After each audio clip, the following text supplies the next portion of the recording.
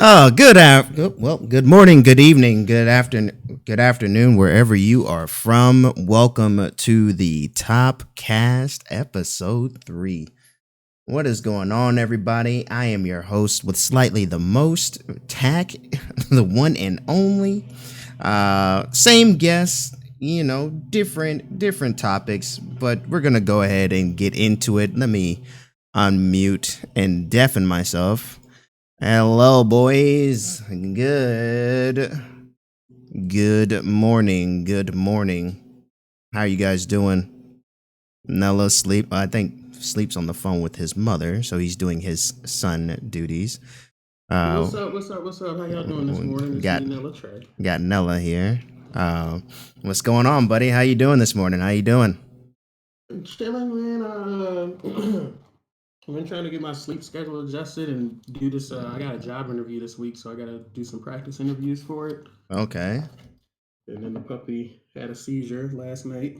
Oh no. Watching her. Yeah, well, not puppy, the old dog had a Ah, I seizure. got you. Okay. Yeah, so we were just watching her. It happens from time to time. She's fine. She's chilling. Gotcha. Okay. That's good to hear. And Sleep said he's on the phone with his mother, so doing his son duties as all of us usually do. I feel Yeah. it. I call my mom at least once a week, and she's calling me. Exactly. Let me. Are you going Camera to? turned on. There we go. Okay. There. Let me go ahead and zoom that down. And yeah, so we'll go ahead and start it off today. Well, first things first, what I wanted to just touch on real quick is this whole craze that I think is going to happen on the 21st is Temtem. I know you know about it. I know about it. And pretty much the entire Pokemon community knows about it. I played the stress test this past week. I actually Mm-hmm. enjoyed it. It was pretty good. That's what's up, because I was looking forward to that game. Yeah, and they have another one this week. So if you want to play, let me know. I got you with the key. But Yeah. it was they're planning on having it cross platform. So Switch, I think PS4, PC, something like that. But Nice. I think it's That's what going to Rivals is trying to do too. right, and I think it's going to be really. I think it's going to be really good. It's going to be a really good experience if they handle it right, especially with the route they're going. Because everybody likes like collectors and like gotchas and stuff like that. Not necessarily saying this is a gotcha, but hero collectors and battling and being able to see People other like to people. have a gambling aspect to their game. Like, they Exactly. like it. I Exactly. don't care what anybody says. it's Like, a people like to have some type of gambling aspect. it's You realize that how fun the casino level was in Sonic Adventure? right. You're not wrong. You're not wrong. You are Like, not wrong. You are not wrong. But I guess he'll just jump. I guess we'll just go ahead and jump into it. Like I said, I just wanted to touch on that real quick. Did you have anything you wanted to touch on before we get into the? in gaming news, just that interesting thing about Rivals of Ether, the indie game of the year, in my opinion, of all the years. But no, they this is the highest. Genesis 7 is their highest entry tournament in California this Okay. weekend, this next weekend, or this coming weekend. Actually, it's this coming weekend. It's their highest enter tournament ever, which is really cool, and it's got the highest prize pool. The winner of this game gets paid more than the winner of Smash. Mm, Like, it's a $15,000 prize pool. Smashes is 13,000, I think. So okay. I was like, that's a big deal for us to just come have a bigger prize pool than Smash Right. like that. And it's because the head dev Dan sweetened the pot for like $4,000. He put $4,000 of his own money in there Okay. just because he said he appreciates the community and what they're doing for the game. And I was like, yep. I was like, this is the community I need to stay a part of right here. Okay. Okay. So you see it potentially blowing up even more, Yes, like yes, I like would bigger than hunt because Smash. not necessarily bigger. I do Mm, think it'll attract more of the hardcore fans of okay. like that style of fighting game. But the main reason it's gonna blow up is that money. Like, Mm, those prize pools at tournaments will get viewers. People always want to watch that game with a fat prize pool because they're gonna be like, "What game is worth this much money?" Every okay. time. What game is Gotcha. worth more than Smash? So they're gonna watch. People are gonna play. I'll get to destroy some kids online. It'll be a good time. You gonna take down the first Um, place? I'm not going to that tournament. That's a Mayfair. I'm still doing locals. I'm still local. You know, I'm still local, and I can't win my local tournament yet. Because the Gotcha. dude who wins our locals, the top player out here, he is going. I'm gonna Okay. see how he does. Okay. But What is I've his learned a name? lot in the past month. That's Sylvanos, that grass wolf. Okay. Oh my gosh, it's a terrible matchup for me. I'm having flashbacks. Okay. And but I've heard you talk about it a lot. You're talking about the Discord community is like really helpful and everything, which is always good. I they mean, are. It's crazy. It's crazy how helpful it is. mm. Well, I wish you all the best, man. I mean, hopefully we'll see you on Yeah, I'm gonna keep practicing. You'll see me on Twitch one day. You'll see my yeah. name up there in one of those tournaments. And then Mars is gonna be in the background. Your mom's a hoe. Your mom's a Yeah. hoe. Hey, I hope if anybody does try to badmouth me, Mars is in there ready. Because I remember the last time. So I've never forgotten like how Mars used to react when like trolls would come in the chat and anybody's chatting in GA. Hey, Like, Mars be with it, man. yeah, Mars is with it all. He wants all the smoke every time. All I right. can appreciate that. Yeah, you gotta have one. You gotta have your boy that backs you up regardless, even if you might be wrong. He still Yeah, got your back. yeah, you need one of those. Right. All right. Well, I guess since we're on the topic of platforms, let's go ahead and knock this one out the park.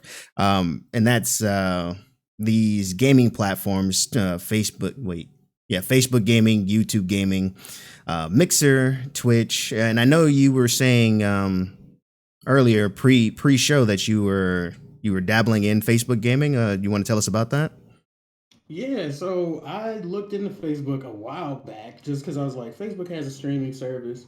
I was like, people are going live, chewing gum for 20 minutes and getting all types of viewers. I was like, maybe I can True. still play video games. True. So I got on there and it went okay. Like I had a lot of friends come in there and see how I was doing. And they're like, oh, I didn't know you streamed. Like, some of them found out about Twitch because I was streaming on Facebook, Mm, which is good. And then I didn't do it for a while. I did it recently, read up on it on Facebook gaming since I saw Zero move over. I was like, let me get this a second look. So I streamed to it, and I will say this: their servers are not as clogged as Twitch's are. okay. So because of that, like the quality of the video is just like butter. It's so smooth. Like even people were commenting on that when they were like, "Man, it looks smooth on Facebook." That's wild Mm, how smooth it looks. And it was just, and then I looked at it again. I watched it later. There were no like pixelations. There were no jumps. It was just smooth. I was like, "This connection's crazy." So I don't know if that'll change if more traffic starts to come, mm, but as of right now, it's pretty sexy. I like that. Um, Facebook Gaming has this whole like this super long guide on how to be successful as a streamer, and of course, some of it's fluff. It's the same thing we hear all the time, but other parts of it actually are details about those parts you hear that we don't normally get, right. like the fine points, which is nice, which is nice to see it. Like I've learned a lot of those fine points through trial and error, but it's nice to see if somebody wanted to start, they have that information at their disposal. Um, and Facebook gaming, I believe their Facebook has the right formula and the website's put together well enough Mm, where they will definitely see growth and success. And I love that it's called Facebook Gaming. Like it is a gaming site. That's it. right. It stops there, And and that's fine. Like I can do podcasts somewhere else. I can do woodworking somewhere else. But Facebook gaming is that Facebook gaming. So if I get on there, I'm playing video games, and I'm 100% down for a gaming streaming platform. right. And I think that's a breath of fresh air, especially with everything that all these other websites are doing, where they're trying to incorporate everything instead of just We focusing live in the on vlogger one era, thing. bro. Exactly. We Yeah. live in the we live in the vlogger era, so it's just like vloggers can literally do anything because it's a Anything. vlog.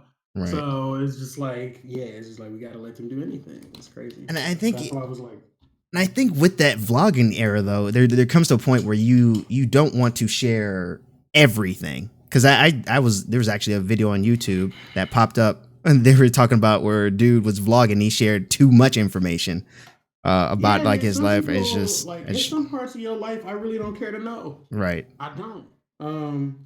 because I at no point do I plan on being this intimate with you ever. So it's some stuff, yeah, I'd love to see. Like, do you eat in the living room or do you eat in the dining room? Do you eat in your bed? Like, that's something interesting, but I don't want to know. I don't want to see what your bathroom looks like. I don't want to know how long it takes you to poop. I don't want to know none of that stuff. I don't even want to know like what you really. I don't want to see you eat every meal. To be honest, like it's there are things I'd rather watch. I love to people watch. Don't get me wrong. I think real life is the best TV show on the planet. Mhm. Um, but yeah, some things I just don't want to see. Like I like to see people. I like to see people in public situations because that's usually when they're hilarious. Yeah, Um, just trying to figure stuff out. yeah, yeah, but yeah, in private, it's cool to see what you do like outside of your house, your day to day, your routine. But I don't want to see.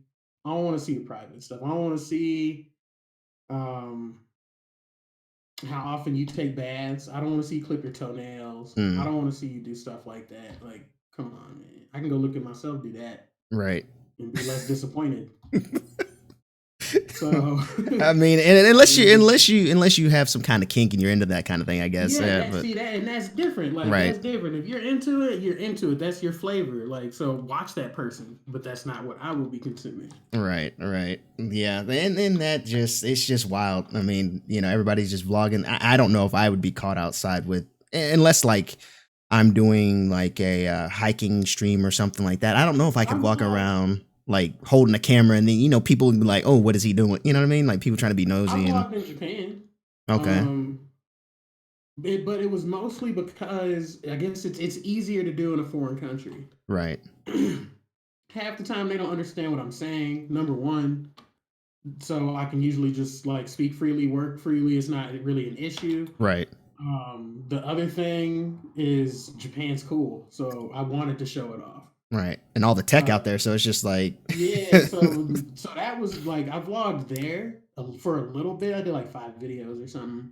Um, but But yeah, like I probably wouldn't do it here. Well, yes I would. Yes I would. I would vlog in Colorado, but that's just because Colorado is such a huge weed hub. I would vlog those types of events. right. But other than that, Yeah, mm-mm. I couldn't do it. I couldn't do it over here in North Carolina, man. I really couldn't. There'd be too much stuff going on with it being People like don't like to mind their business here, and I uh, get mad, and I right, get mad on camera, and that's why I know I couldn't stream it right, because people know Nella Trey. They know the gamer. They don't know how I would handle a situation if somebody was invading my personal space in person. right. And they don't need to. So I'm Exactly. just like, yeah, I don't need I I don't don't need need those that. problems. I do Yeah, not need it's those better if I problems. didn't. I was like, it's better if I didn't vlog stuff like Oh my goodness, that is just yeah. I mean, I understand the era, but it's just something I couldn't see myself doing. I can do everything else like the cooking streams, hiking stream, the gym stream, road road trip streams trips. are fun. Yeah. I'm gonna try to set up a really good one next time because I Mm, tried this when I drove here. I streamed and I was off and on depending on how good my signal was. But people showed up; they were just watching the road or watching me, and I was like, yeah. "Yo, this is kind of dope." Yeah, I And I'm remember. like, I remember when "Yeah, you started that. You were yeah." leaving. I And forgot. I I forgot like what I the. said. I said something to you, making a joke. I think it was like when the trucks or something was coming by. I Oh yeah, you said, probably said something like that. I I said forgot what something you to were you. I about was to like, say. that truck will get you, man. But yeah, I mean, into just to circle back to the whole Facebook and YouTube and Mixer, Twitch platforms. I'm pretty sure I think everybody would have the same answer. Um, well, it's a two-parter. What platform would you go to if they offered you something? And um, I guess what platform? Well, let's just start off with what platform would you go to if you were to be offered? Would you have a preference? OnlyFans. OnlyFans? Hey, look, get it. So I would probably slide over to Plexorm. No, I'm still kidding. I'm still kidding. Um, if I was offered a check, like by whichever company to Mm, go to and stream for them, Facebook Gaming. really? Okay. Yeah, I take Facebook Gaming. Just because number one, I think Twitch is already pretty saturated, Right. unfortunately. Um, And I feel like there are like, and this is me speaking as me. I don't speak for anyone else, y'all. I speak for myself. I feel like there are some gatekeepers on Twitch that don't like a certain amount of certain types of people seeing success on that website. Um, that's my belief from just some research I've been doing, but Mm. that's why I would also go over to Facebook gaming. It's a little more diverse in the amount of success they see. Do you wanna elaborate on that, or do you just wanna? I mean, I can, yeah, sure. Yeah. It's like if you look on Twitch, like, and I've been looking since I got on Twitch because it was like a motivation for me. But you look at the top, like, because I was looking beyond partnered at this point. I wasn't just like, oh, how many partnered streamers of color are there? Because you need 75 viewers to get partnered. Right. And I see a lot of Average. people of color that are partnered that hover between 75 and 200 viewers. That's like the majority. It's like a lot of those. Mm-hmm. But then when I look at the top, like the cream of the crop, the top 10% of streamers, they're all white. Every single one of them. Mm-hmm. And that's not to say that they didn't work for their success or anything like that. I'm not taking anything away from their hard work. It's just that I feel that we don't get represented as well by the brand as white people do. And I'm not putting that on the streamers. I put that on Twitch. I don't see Okay. many people of color on the front page.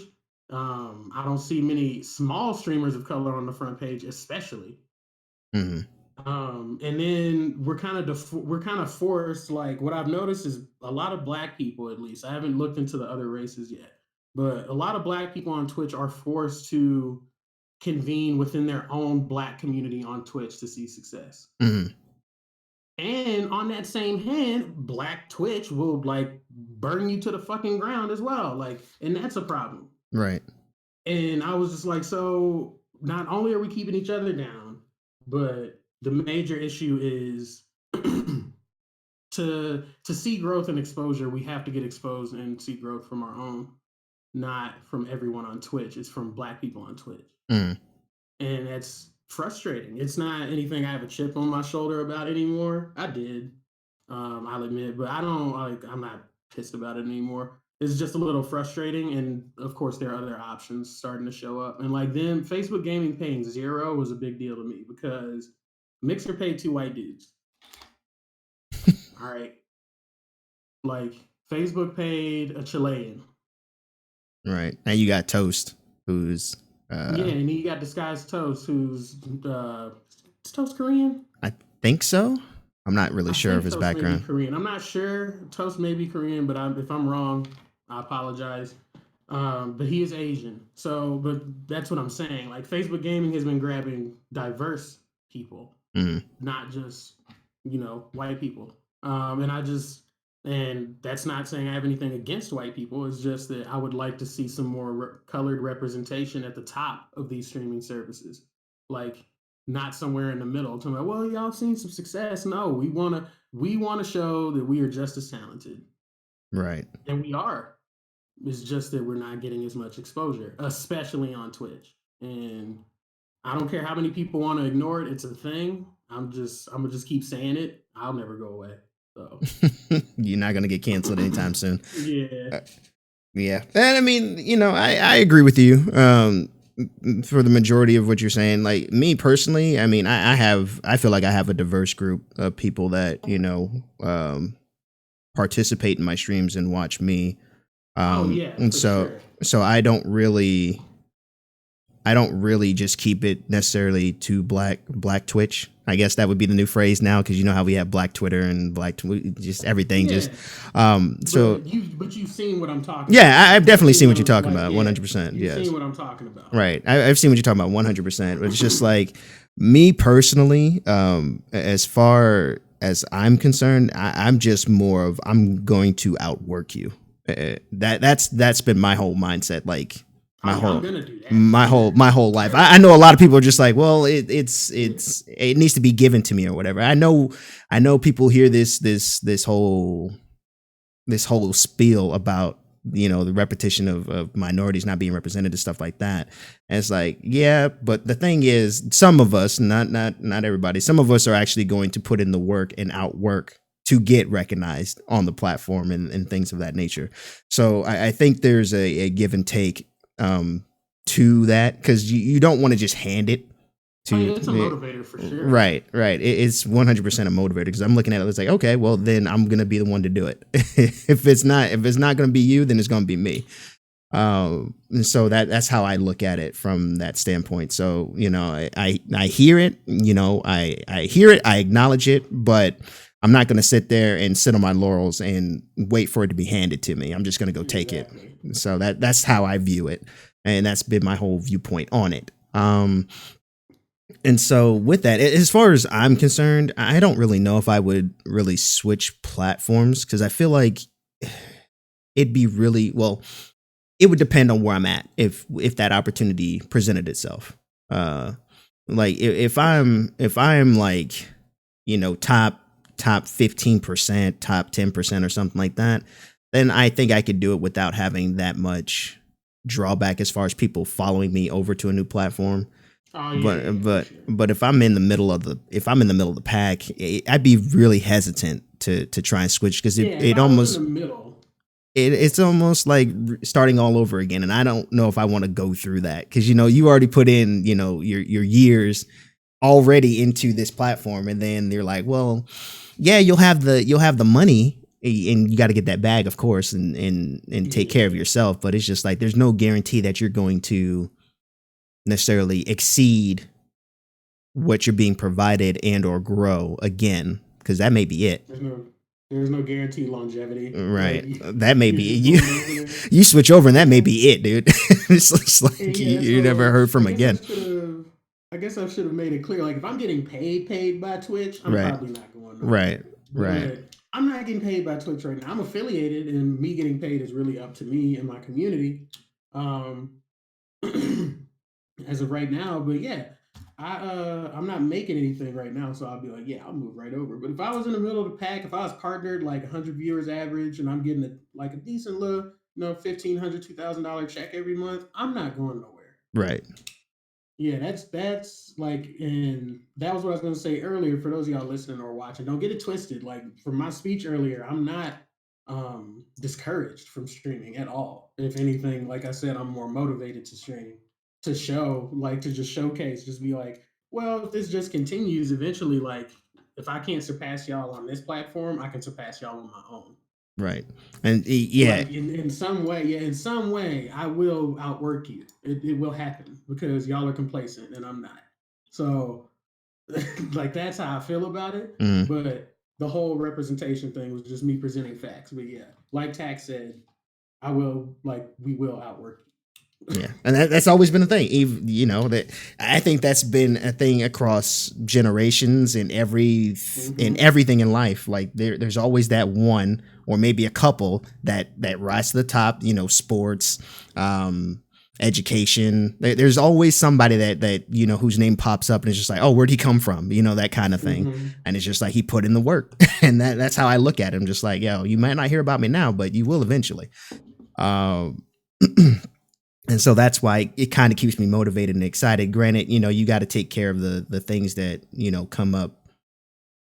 Of course, in life, you can't just put all that stuff to the side. But when the opportunity presents itself, you definitely got to take it. Oh, Uh, I'm finally ready to stream. I'm about to get ready to stream. I got some free time, little extra money, car troubles. right. Back to square one. Yeah, yeah.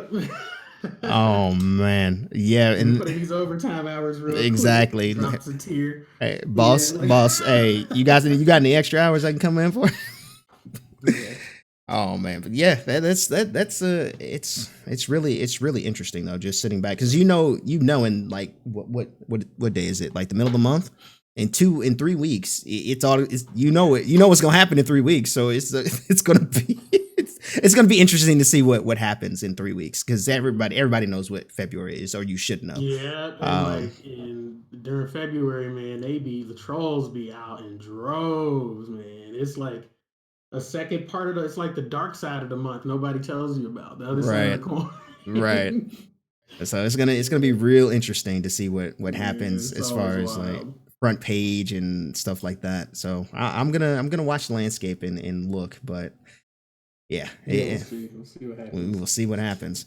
But as far as Twitch is concerned, I don't know if you've seen it, but what do you think about this hype train? Do you know what it is, or are you I read familiar about with it it? because they sent me an email. Okay. So they sent me an email saying they were like, "Oh, hype train's coming. You've been invited to the hype train. Looks like you're an up and coming streamer. I'm not. It's just that I streamed the other day. I've been streaming the past few days, and my subs have just been resubbing Right. because they somehow supported me through a dark period of no streams. Right. So they were just resubbing, and since Twitch's algorithm saw a spike in my subs, they sent me an email saying, "Hey, you're on the hype train. Blah blah blah. We're just gonna try to showcase your channel." But it didn't really say how, or maybe I didn't read it. I might have just tuned it out. I don't Mm, know. Actually, I'll just pull up the email. I'll pull up the there email right you now. go. Every time I get an email from Twitch, it's like if it isn't saying something like we want to feature you on the front page or If something it's like not that, a sponsorship opportunity or a or I front just page delete it. opportunity I or a delete job it. opportunity, I delete it. I'm just like like, I don't care. yeah, I'm not trying to hear it. I'm just like, whatever. Let me see here. What'd you say, Twitch? I forgot. It's gonna be in my OG email address. All right. Now let's see here.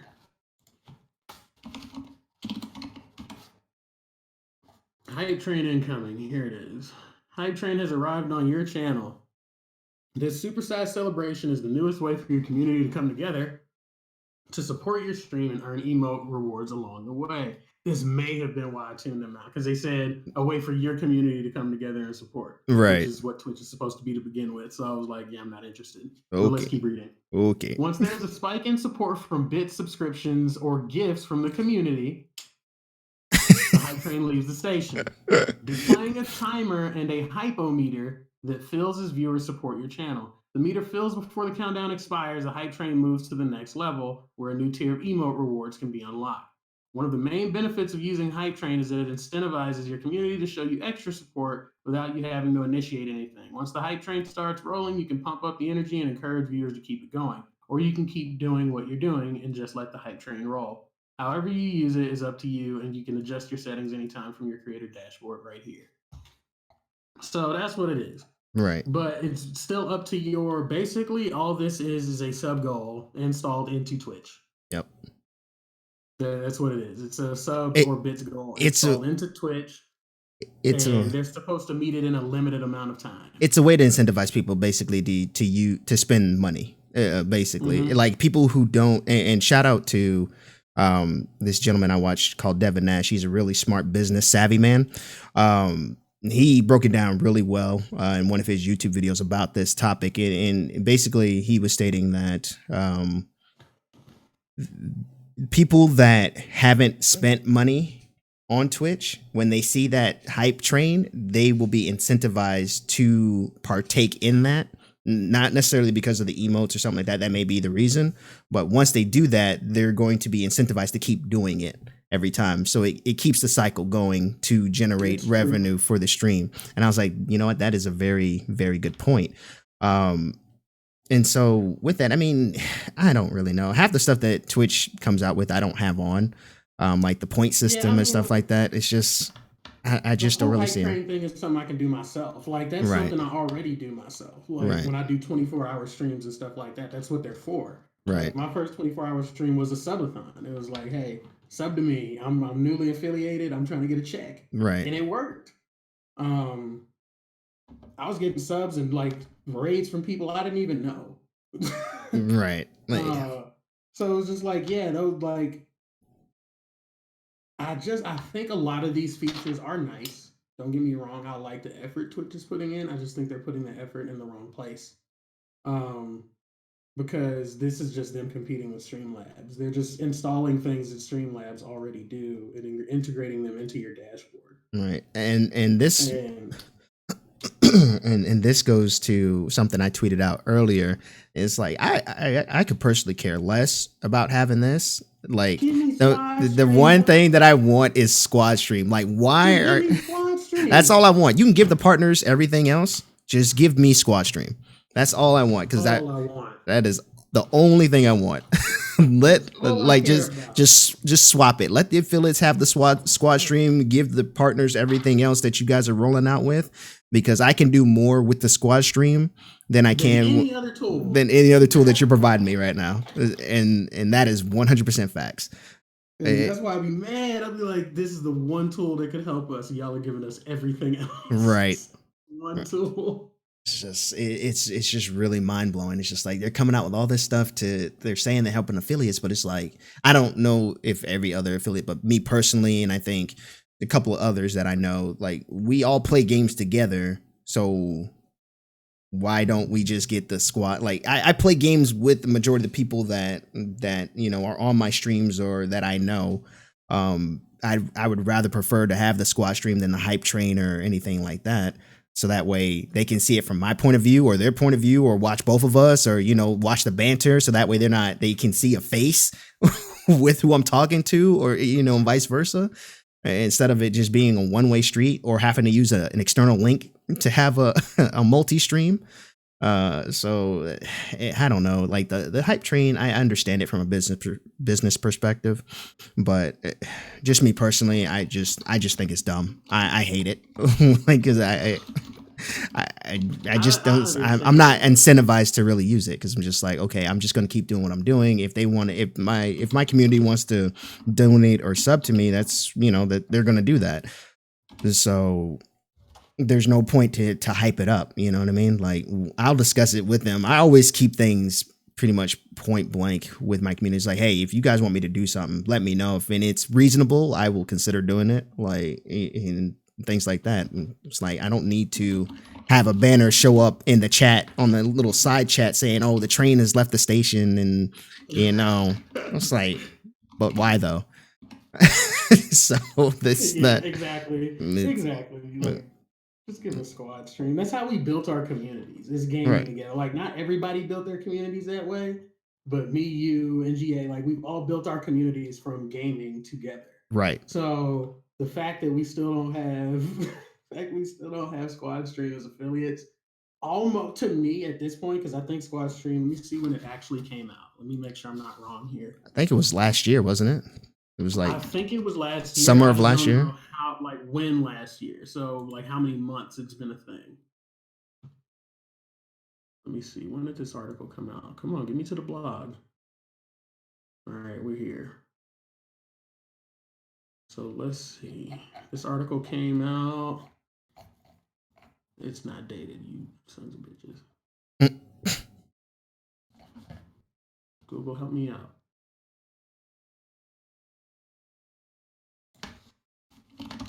The squad stream.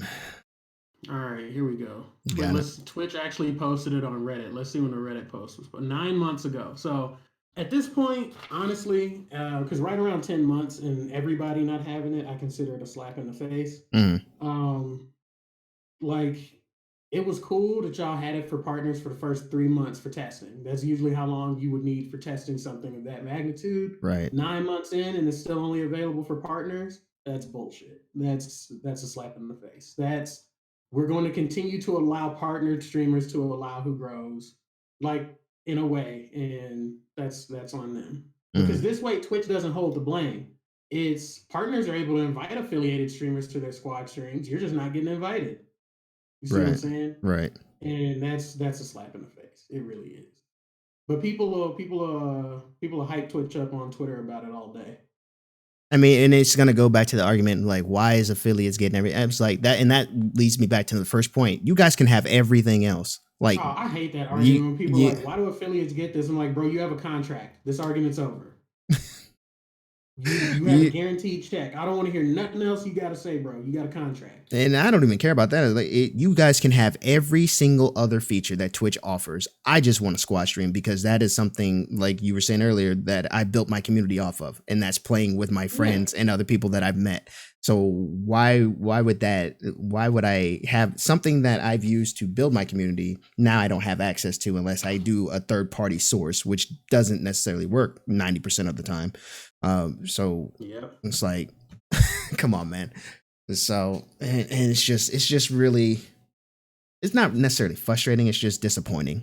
It's that dad is disappointed in you kind of thing. Like the It's worst kind of frustrating feeling. for me. It's frustrating for me because it's the exact same reason the racial stuff is frustrating for me on Twitch is Mm, because not enough people say anything. Like the affiliates are the one that complain about not having squad stream. Even though other people know how important how huge that would be for communities and how huge that would be for streamers, but how many partnered streamers have you actually seen say anything about thinking affiliates need that? true. And it's the same thing. It's the same thing with the racial thing. How many non-minorities do you see actually try to confront the racism on Twitch? That's those two areas are where it gets frustrating because I get frustrated with people Mm, and in action. So I get frustrated with that. As far as the feature, yeah, it's just disappointing. It's yeah. frustrating though to see people not say anything about it because it's not popping. It's not bursting their little bubble. Like I mean, Twitch is supposed to be a community. Like that's what they tell us. They're like, Twitch is a community, we're a family, but everybody's selfish. Hmm. So I was like, that's the frustrating part. I was like, don't put syrup on poop and call it pancakes and try to feed it to me. Like I know what this is when I look at it. Right. Yeah. That's all that is. but, but it's yeah, that's the frustrating part. But I keep it to myself for the most part. I don't take it out on anybody. I don't crap on Twitch all day on Twitter. I'll ask questions, but I won't sit there and just be like, "Oh, it's a crappy company" and all this other stuff. right. I don't do that. Right. Yeah, you never want to do that because that'll possibly come back to haunt you, and that'll be something we'll Oh, talk they'll about dig it later. up. Yeah, Yeah, they'll dig it that up. and that'll be something we'll talk about a little bit later. But to go back to what I was saying about Mr. Nash, and this will relate to what you were talking about pre-show. He was actually I want to say he was a part owner of an esports team, and I know you wanted to talk about esports today. A couple of issues that were going on. Do you want to go ahead and dive into Oh that? yeah, so there was some drama. Basically, it's all been around Thunder Gaming, which is this company that came into the Smash scene with all this money, and that's a good thing. You know what I'm saying for a growing community, for a company to come in with money and be like, "Hey, we want to have tournaments, and we want to pay y'all for it." Hell yeah, we down. Well, apparently Thunder Gaming had some like they haven't updated their paperwork. Basically, is what it looks like to me. Mm, Someone did research. It says that a certain person is the CEO of the company, and with that person being the CEO, he has scammed some people in the past. And someone came on YouTube with proof that this guy has scammed people in the past, and it was like he's going to scam you guys at Thunder Gaming too. They were like people at Thunder Game was like, this guy isn't the CEO. You don't know what you're talking about.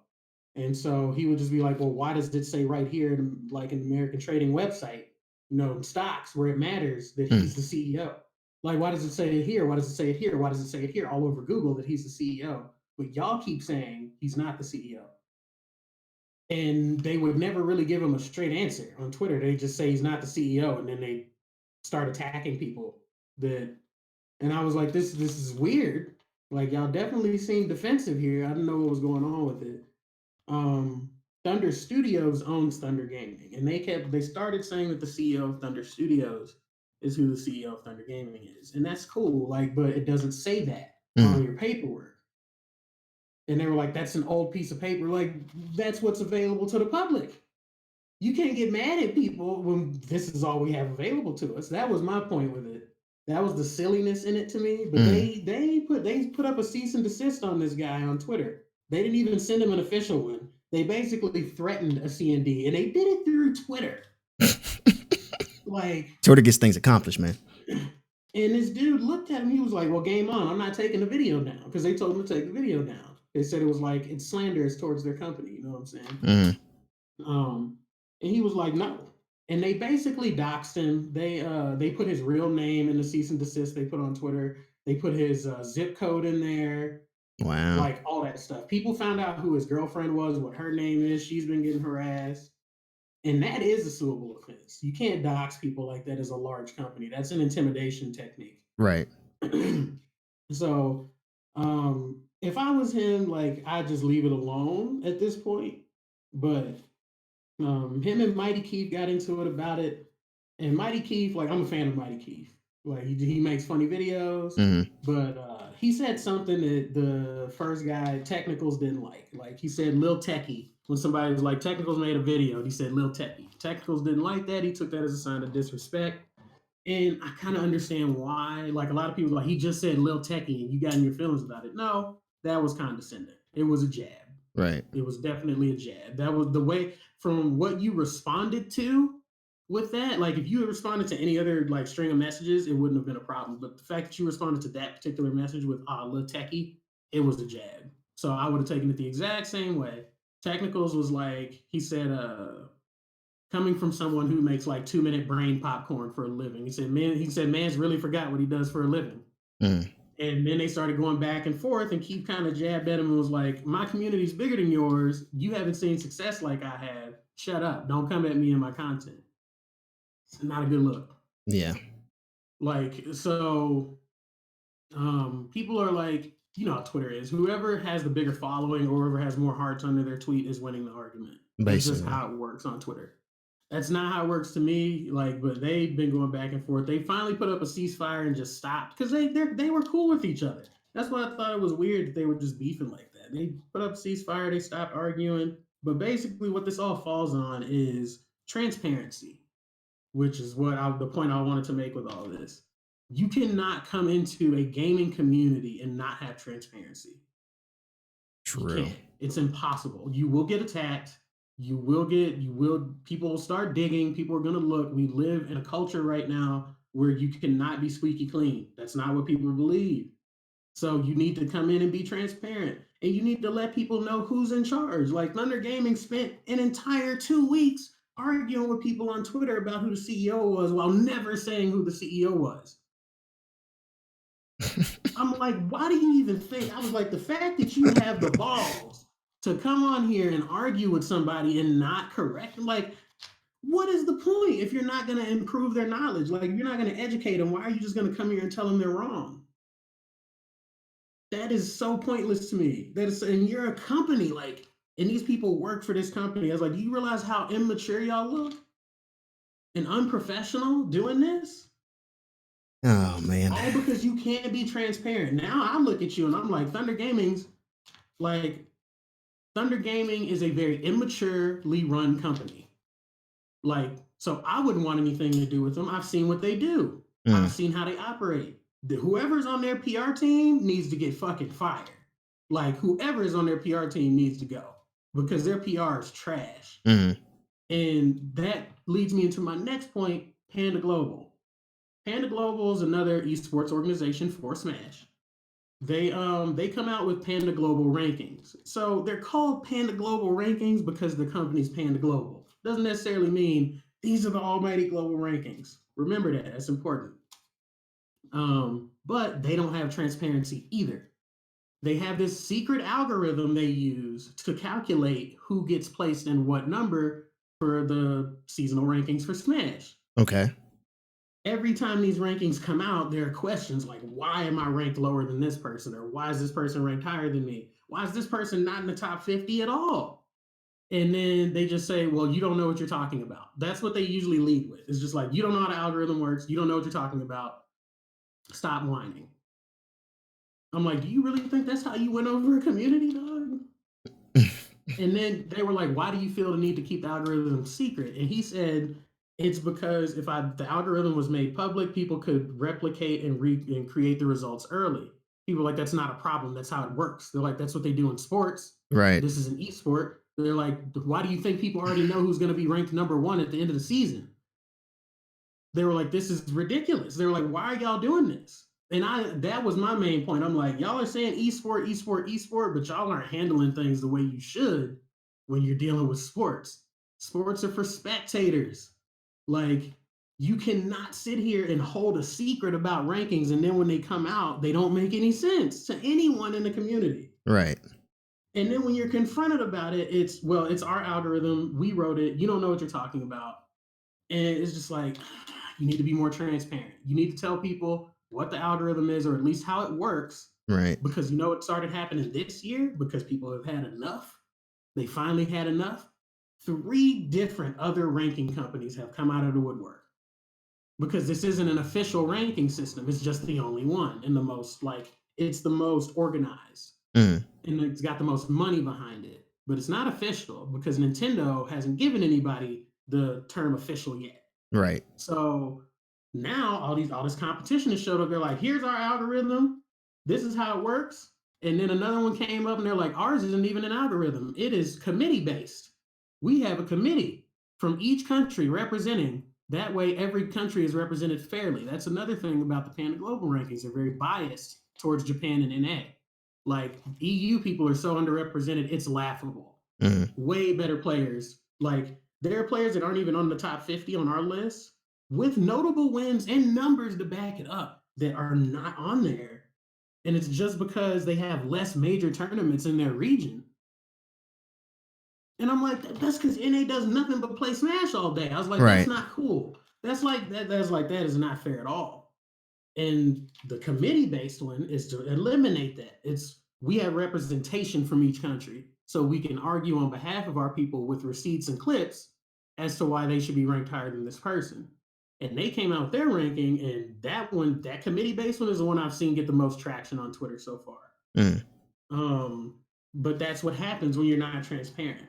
Like they got complacent because they were the only ranking system we had, only dependable one, and now these other ones are calling out of the woodwork because you're refusing to let the community know. Like, I think a lot of businessmen are trying to come into these gaming communities with the wrong mindset. You're coming into a gaming community. You're right. not walking in a Fortune 500 company. Right.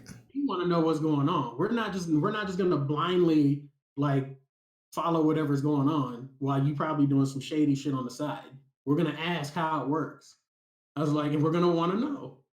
But the companies that have caught on to this have seen so much success. Like um, CEO and Combo Breaker, like like some of these bigger tournament organizers, Evo, have a lot of transparency when it comes to the player. Mm, The players know stuff, like those top players know stuff about those tournaments before anybody does. And that's why I'm like, that's important.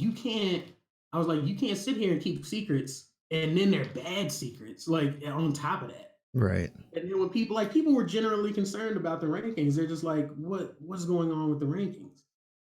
And they were just like, you don't know what you're talking about. They're like, we want to know why it works this way so that we can at least come to terms. Like, because some people, the biggest deal about this is that when you apply for sponsorships from these organizations, they're Mm, going to ask you what your Panda Global ranking is because that's the most popularized ranking system. They're going to ask, like, are you top 50? And if they say no, you're probably not getting a sponsorship. So they're denying opportunities to a lot a of lot of people with people. Yeah. this biased system. And that's where the real problem lies. Like people can complain all day and just come up with a new system like they're doing. But when organizations are looking at this ranking and you won't be transparent about it, it makes it like why wouldn't I assume that you have put some type of bias in the programming to help your friends maintain their sponsorships? Right. Of course the murmurs are going to start and then you're like, how dare you attack us? No, you're not being transparent. People are coming to their own conclusions. You're not being attacked. So because I was like, too much of it adds up. I was like, so how are you going to try to, these people keep trying to attack the community back when some stuff goes down, and that's not a good look. Yeah. Like It it's just really it's really interesting. uh, um just looking at things like that from my out, because I'm not really as involved in the FGC as you are. So yeah. when these things come up and you're speaking on them, it's just really interesting how some of that can correlate to just gaming in general, as far as being transparent, like games coming out and not specifying, it's like, oh, we're releasing the, like, for example, Bless Online. This is the most recent one I can think of, when they were talking about how it wasn't going to be all this pay to win and all this, that, and the other, XYZ, trying to be as transparent as possible, and then they just go right back into the same old mantra that they had previously. It's just like, what are you doing?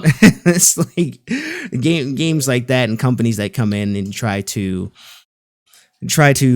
be transparent, but end up just following the same thing because they want to make a quick buck and get in, get out, essentially. So it's just the parallels that you see with that in other games. It's just really interesting.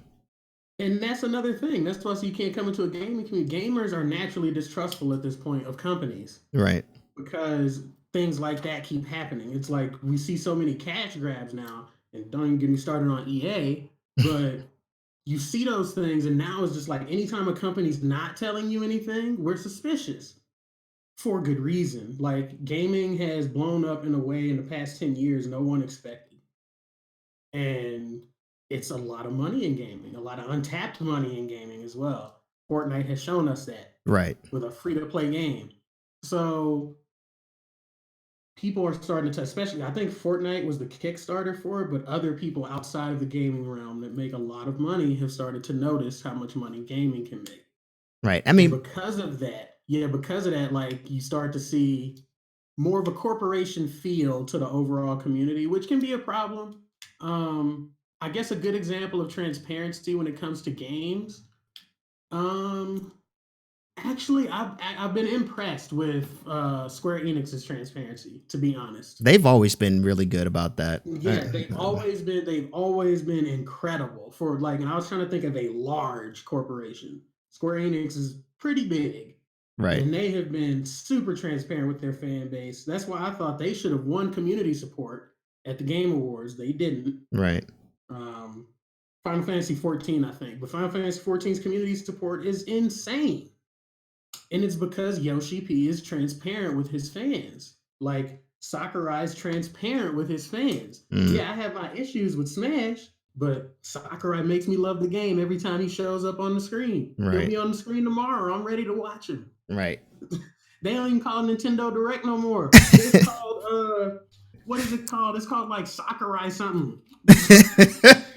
Hold on. And Because that like they still have Nintendo Directs, but they have right. Pokemon Directs. And this one, I guess like they were calling it Smash Direct, Okay. but it looks like now. Let me see. And Go to even Nintendo's Twitter page. and even with that transparency, I saw something on Twitter the other day talking about how they were going to push back Final Fantasy 7. Final Fantasy, yeah. Yeah, and I was just like, okay. I mean, And there and were no dumpster fires. There right. were none. Everybody's like, "Oh, it's better to be pushed back than to have bugs." And I was like, Yeah, "You." everybody's like, I'd rather be pushed back. And I was like, that's what community support does, right there. It's like, how often Right do you there. hear stuff like that? You know, people talking about games being pushed back. They're in an uproar. They're mad. Twitter's in flames when that happens, man. Like gaming Twitter is in flames. Pokemon, like, and then what's funny, and this is a Smash one for you. Mm. So it's called Mr. Sakurai Presents. That's what it's Oh, called. okay. Okay. Mr. Sakurai Presents, and it's just a poster of him like in Smash Bros. It's not even Nintendo on the picture anywhere. Mm. But what's funny about this is that with Pokemon, right? They just did the Pokemon Direct, and Twitter Right. was like, DLC. Right. They were mad. Smash, they're announcing extra DLC tomorrow. Ooh, Ooh, DLC. Yep. Like, so it's just like, it's funny to me in the instant parallels that you see on Twitter are hilarious sometimes. And that's one of them. And the one you were talking about just a second ago is the other one. Right. It's really wild. Just like, yeah. It is wild. And I was like, that's what happens when you're transparent. All we want you to do is talk to us. Like, we don't even need to do anything crazy. Just tell us what y'all doing. Right. I was like, that's it. That's all we want. Just let us know something, and we will leave y'all alone. We promise.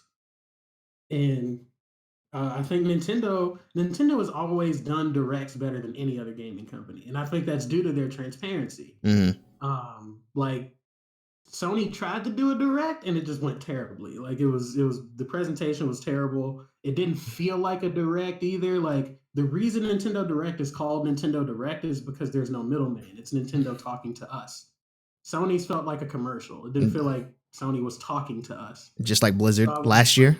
Yeah, it's the same. Like people have tried to adopt this format, right? Because they see Nintendo do it and they're like, we can do that, but they haven't realized that the key to this format is transparency. Yeah, if you don't have that, the formula doesn't work. The ultimate meme. What, you ain't got no mobile phones? Oh, what? Yeah. Hello? I don't have mobile phones. No, we just don't want Diablo Mobile.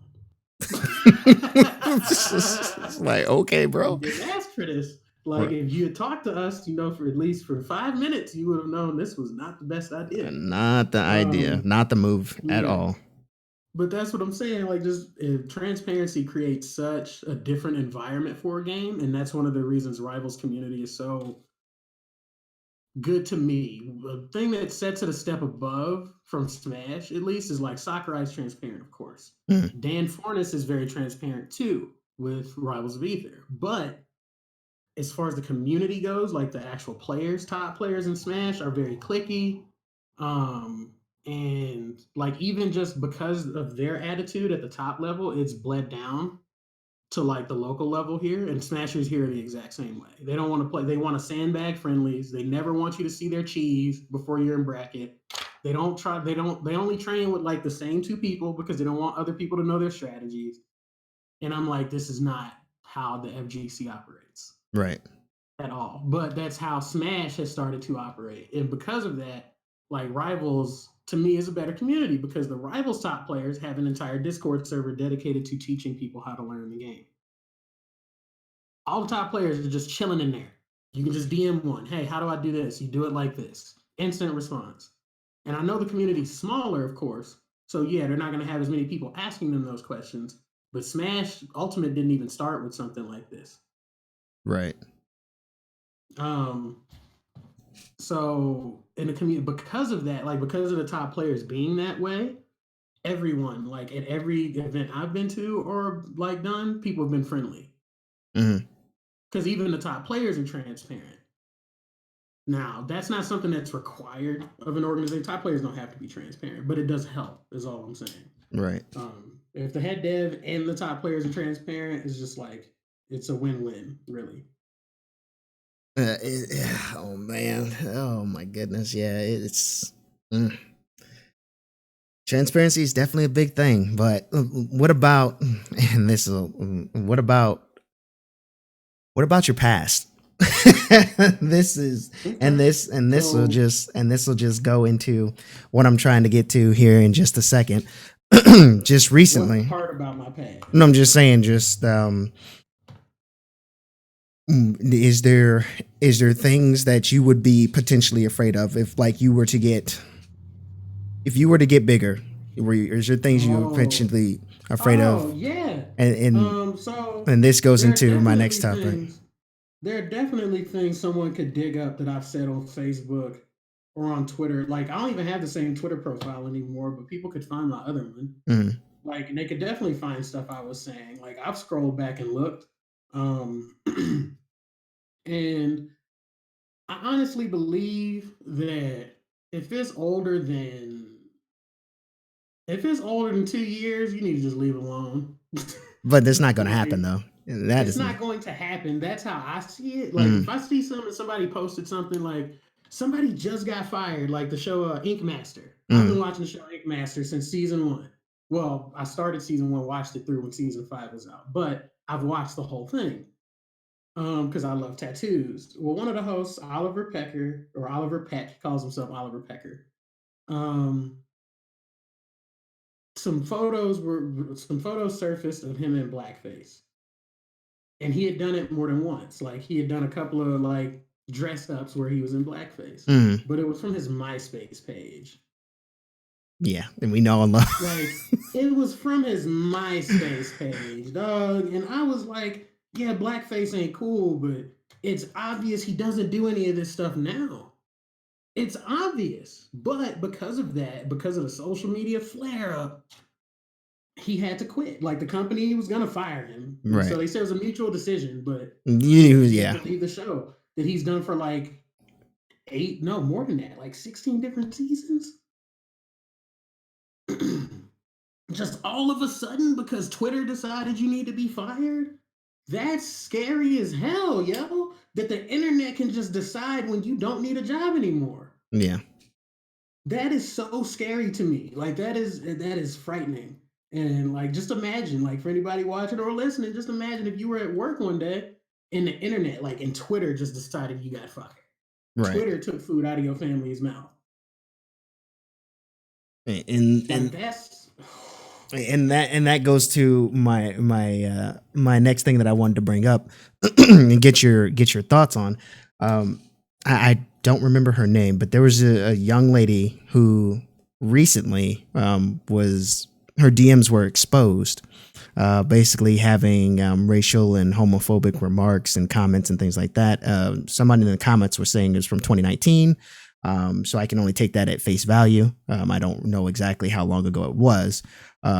So this will probably end up causing her to get banned. I don't know if she's going to lose partnership on Twitch. Probably won't happen. Um, and she also deleted her Discord. So so what is that?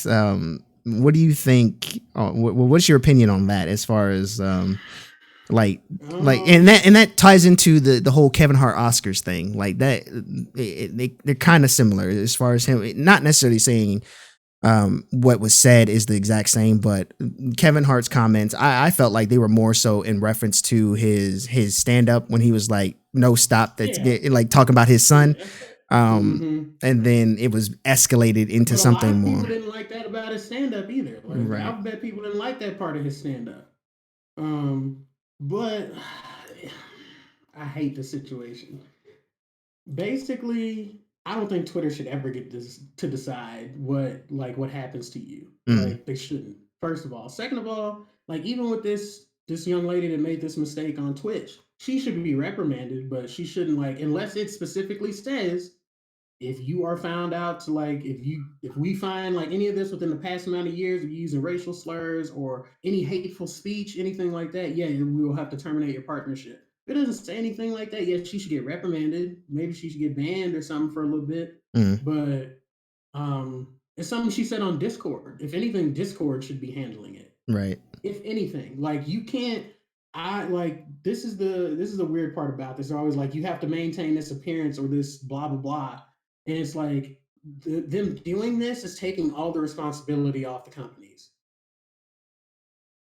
which I find an issue. Like they're taking all the responsibility off Twitch, off Discord. It's this person's fault. No, she screwed up Discord's community guidelines, and nobody reported her in that entire server. You need to be looking at everybody else. Right.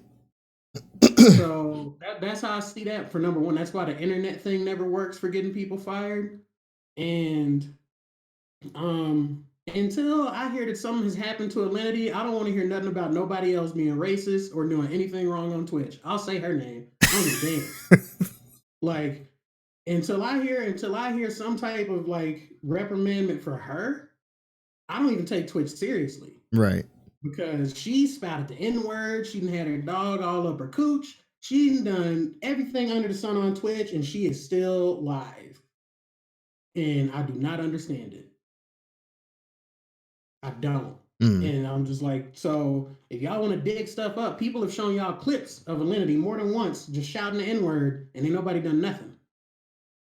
So basically, if I do see something happen to this individual, I'm gonna go off. I'm gonna be in their inbox for at least a week with clips. right. Like this was from a whole year ago. Like y'all banned her. This is from 2 months ago. What's the problem? And like and I think enough like not enough people voice those types of issues. That's another reason this stuff's so common. Like the community just comes up in arms, grabs their torches, and unionizes to take this person down. But there's never a group that like unionizes to lift this person up or defend them. Hmm. Or you're like, y'all need to focus on other people or other issues. And yeah, I just cancel culture is stupid to me. I just at no point like if they were shown to be currently like involved in hate speech or some type of situation like that, like if I saw somebody in a Klan hood and the date was a month ago, Mm, yeah, bro, you need to get fired. The fact that you even thought you could get away with a picture in a Klan hood speaks volumes. right. Like, but if it's from 2 years ago, man, and you said something, and if you were doing comedy, if it was like something like that, or if you have changed or you understand why what you said wasn't cool, like what is punishing you now gonna do? Right. Besides take food out of your family's mouth. Like, Right. and that's why people are inherently cruel on the internet and they don't even realize it. Like cruel is the right word. Mm, downright cruel. Like people don't have any empathy, and because of that, I really think lack of empathy is what caused this whole cancel culture thing to blow up. And the funny thing is, I can guarantee you, all the people, well, not everybody that's on Twitter now, but all the people that played COD back in 2005, Modern Warfare 2, Modern Warfare 1, Oh, they there's over been with. They over with. like if those people, I don't know if they're the ones, doing the reform now, or even if it was somebody, who might have been who. COD is still like that. Oh, I'm sure it is, but it was a lot It's worse. It was a lot worse. Yeah, but Like, back then people on camera would be saying it too. Now people on camera wouldn't dare right, participate in the right. chat. Yeah, but So it's just wild how things have changed, essentially, over the years. But it's just really interesting. Um, the people will go. I don't know if it was somebody who was just upset because she denied him something or them something or whoever it may be, and then they just dug up that dirt and exposed them to get back at them. Like, it's just interesting to see how that stuff comes up. Like, every time you make somebody mad, it's usually when they make somebody mad. right. They've either said something on Twitter, they made a comment, or they said they haven't done something or they wouldn't do something, and then somebody goes digging and they pull up a Facebook post from 2002 where you said you didn't believe in Jesus. So now but you have a religious audience. Now you're canceled. That's usually the formula. Basically, what's going on, Sleep? How you doing, buddy? All right, I had some family stuff going on, but yeah. It's all good, brother. All good. Well, do you have anything you wanted to touch on? I know you've been handling your business, but we've Oh man, listening to y'all with this cancel stuff, that's pretty. I'm just sitting here just cheesing because it, I understand being against it. I understand not participating in it, but I mean, I honestly don't think it's gonna stop until something happens. Oh yeah, it's not gonna stop. right, one hundred percent. Something's gonna have to happen to show people why this is a bad idea. Like, and I mean, like, God forbid it goes to something terrible, like somebody saying that, I'm gonna, take care of myself because I just my life is done, Right, because how some people are emotionally already hiding fragile. that yeah, well, not just emotionally fragile, but some people are already hiding that they're already struggling with issues. And then something like that happens, and it just pushes them. Right, But until somebody's like doing their thing and then they get canceled and then something terrible happens because they're canceled, nobody's gonna like people gonna be like, yeah, look at the good we've done canceling this bad person. Yeah, That's like what you're some people saying. I think deserved it. Some people yeah, like Oh Logan yeah, Paul 100% deserved what he got for right. what he did. you said who? Like that's Logan Paul. Logan Paul. Oh, okay. Um, Me still making money and advertising no, and he's still. But what I'm saying is, when the internet came for him, like that was deserved. But a yeah, post from 10 years ago, yeah, that's never. The like fact that the companies fire people over it is the part that floors me. I think anybody trying to cancel a comedian for something is wrong because that's comedy. So like that's how it works. Like they say inflammatory shit and you either find it funny or not. I think there's a fine line. There's a fine line. Like Like some comedians just be saying some straight up racist shit, and no, like no, that's no, not I comedy get you, but anymore. what I'm Yeah. let me keep going with this one, and you'll understand. Like, all right, now if you go back to let's say Eddie Murphy, if you go back to his stand up from like the '80s, he said some pretty messed up stuff, about gay people. But the hmm if you look at it through the lens of the time, it was a completely different time, and people weren't like. And I hate the whole idea of wokeness and whatnot, but like legit, the way we understood people and reacted to them in the '80s as humans versus now is completely different. Like it's almost like a completely different time fucking period now. Like It back is. then, you know, it was completely different how the alphabet people were treated then versus now. A lot of the younger generations, like now, you, me, Tech, I'm gonna assume that y'all don't give a fuck if somebody's gay or not, Don't and care. you're just like, you do you. Yeah, I don't care what you do behind closed doors. It's your Exactly. business. That's most of the people in our age bracket feel that way. Most of the people in our age bracket who, unless you were raised around other homophobic people and you picked up that trend, Most of us are just like, why do I care if you're gay? It's not that we want to be helpful or hurtful. We're just indifferent for most of our generation when it comes to things like that. If you're gay, it why do I? Well, how does that? Does that affect me in some way? Like, if you being in proximity to me is gonna make me gay, or like, no. Is it gonna I take swear that's how control some out of? people treat it. No, like if you being around me and being trans, is that gonna make me? No. So if it doesn't affect my paycheck, it does not affect me personally, it does not affect my family. Why do I have to have any positive or negative kind of feelings towards you being a certain orientation or whatever? I don't. I should just judge you off of being a person like you judge me off that. And that's how most people now see that. Same thing with race for the most part. Most of us are like, if you're black, Hispanic, Asian, whatever, it doesn't matter. If you cool, you cool. If you're a dick, you're a dick. And it's that simple. They didn't see shit that way back in the 80s. A lot of people only hung out in there with among them people like them, whether that was straight black or gay black or whatever. Uh, that's just how people were back then. So when you made a joke about gay people among straight people, they were like, "Yeah, let's laugh at the people not like us." Most of us now are like, no, because that's exactly what happened to us. Like, we weren't. If you're black, like, no, you can't laugh at fucking people for being like Asian or Hispanic or whatever, because that's what happened to us. But we're not gonna do it. But if you make a joke about some shit, as long as it doesn't cross in just obviously racist or sexist lines, nobody gives a shit because it's just funny and you move on. If you can laugh about something, it's as long as you can laugh at yourself, you can laugh at others. So most people don't give a shit about that kind of stuff. But that's now. Back then they didn't, and Eddie Murphy would be canceled like that if you went Well, back to they've doing that tried. shit. No, they've tried. Like the homosexual, well, the LGBT community doesn't support Eddie Murphy anymore. There have been articles about this. Yeah. They don't support him Yeah, but because you of that. can't cancel him because the rest No, of no, the no. world was like, no, just no. But see, this is my counter argument to that. That's not Twitch. Twitch is heavily saturated by the LGBTQ community. So wherever they're in a majority, that none of that applies anymore. Because what they usually decide is going to happen is what happens All if right, they're in the majority. I understand that, but this So is the counter to that. Twitch is in a war for streaming because people are tired of how shit Twitch has been as far as treating their people. And I not don't mean tired just the enough. big people. Not True. tired enough. Yeah, Not not even that. tired. Not even close to tired enough. It's Not. still by far the top viewed streaming service. Oh, I understand that, but this is the thing.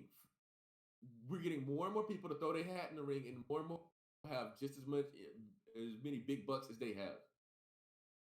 Eventually, if enough people leave, a change will be forced on this platform, and not just in streaming platforms like Twitch and whatnot, but just in internet media. Period. Because as we were talking about, just in our own little private chats and shit like that, fucking people are starting to view the YouTubes and Twitch and whatnot as cable streaming services, essentially the same way. These are big multimedia platforms, and everybody's watching now. Nobody watches regular ass TV anymore. You either watching a True. streaming platform or a streaming service. So The the other government, issue. people are I'll going to go ahead. start Go ahead. regulating Sorry. those. People are going to start regulating those the exact same way. They're already trying to do that right now with YouTube, which is why YouTube keeps shifting. That whole COPPA response that happened last year, that whole COPPA thing is a response to the fact that YouTube kept bragging about they're the most viewed platform for children. Not Disney, not fucking any of that. Like YouTube. There's More a joke kids in there watch somewhere. that. Yeah, more kids watch Somewhere. YouTube than watch any other platform, and they were bragging about it. So the government looked at it and discovered they're right. More kids watch YouTube than anything else. But not even kids YouTube, regular ass YouTube. So now regular YouTube has to be suspect to the same regulations that kids YouTube has to be regulated by. Why? Because they fucked up and started bragging about it, and the government started looking at their money and said, "Yeah, you're right. If this shit happens with other platforms as well, that trend is gonna follow, and they're gonna start regulating them like they do regular ass TV things. Because when you go to YouTube, you see all of Disney shit, you see ABC's, you see CBS, NBC, Fox, every fucking body is on there. All the other platforms put their stuff on that platform, and Twitch is starting to get more and more like that. You see, we're seeing Bernie Sanders on here. We're seeing Bud Light on here, Coke. We're seeing on here Disney streaming stuff on here. There's Amazon's platform is streaming their own platform stuff on here and whatnot for the season premieres and marathons and things of that nature. So if this trend follows, the government's gonna look at it more and more and more, and then they're gonna step in and avoid the government stepping in to get the government out of their ass right now. Facebook is trying so hard to get the government out of their ass right now. Mark Zuckerberg sitting up there sweating bullets like a robot, just breaking the fuck down in Congress every couple of months now. And the government is the last thing you want in your business, and they're going to be all up in Twitch's fucking business if they don't fix their shit. I doubt it. The reason why I doubt, like YouTube isn't put together like Twitch. Like YouTube already had a lot of policies, regulations, and stuff in place for certain things and certain algorithms that stopped a lot of things from happening that do happen on Twitch already. And Twitch doesn't attract the same crowd. So there will be less people looking at it. First of all, also one of the main reasons, like one of the main points I wanted to make to compound on what I was saying, is that America inherently forgives racists for everything and don't forgive anything else. So, like, look at Mike Vick. That's the perfect example. Versus Louis C.K. You see what I'm saying? So when people do things like this, um, America's going to forgive certain things and other things are going to get tossed by the wayside because it's always going to depend on what group is watching you the most. That's who's going to decide. Like you said, the kids are what watch YouTube the most. So they came in with COPPA. Not just, even though there is a YouTube Kids website, they came to normal YouTube with COPPA. So Twitch is mainly viewed by teenagers, not necessarily kids, but by teenagers and young adults. So then Twitch also has your mature audience filter. They've already put something in place to annihilate any of that possibility. It's you have to click, I'm over 18 or my parents said I can watch this. So they've already cleared themselves of that issue. The issue is what people are going to decide what they want to and what they don't want to be mad about. Because right now, whether you want to argue it or not, that's what decides what happens to people. Who's mad about it? If they piss off a certain group of people, you got to go. If they piss off another group of people, they'll get over it. Just keep doing what you're doing. And that's how it is in America. That's not just how it is on Twitch. That's how it is in America. And it hasn't changed in 50 years. So I don't see that changing anytime soon at all.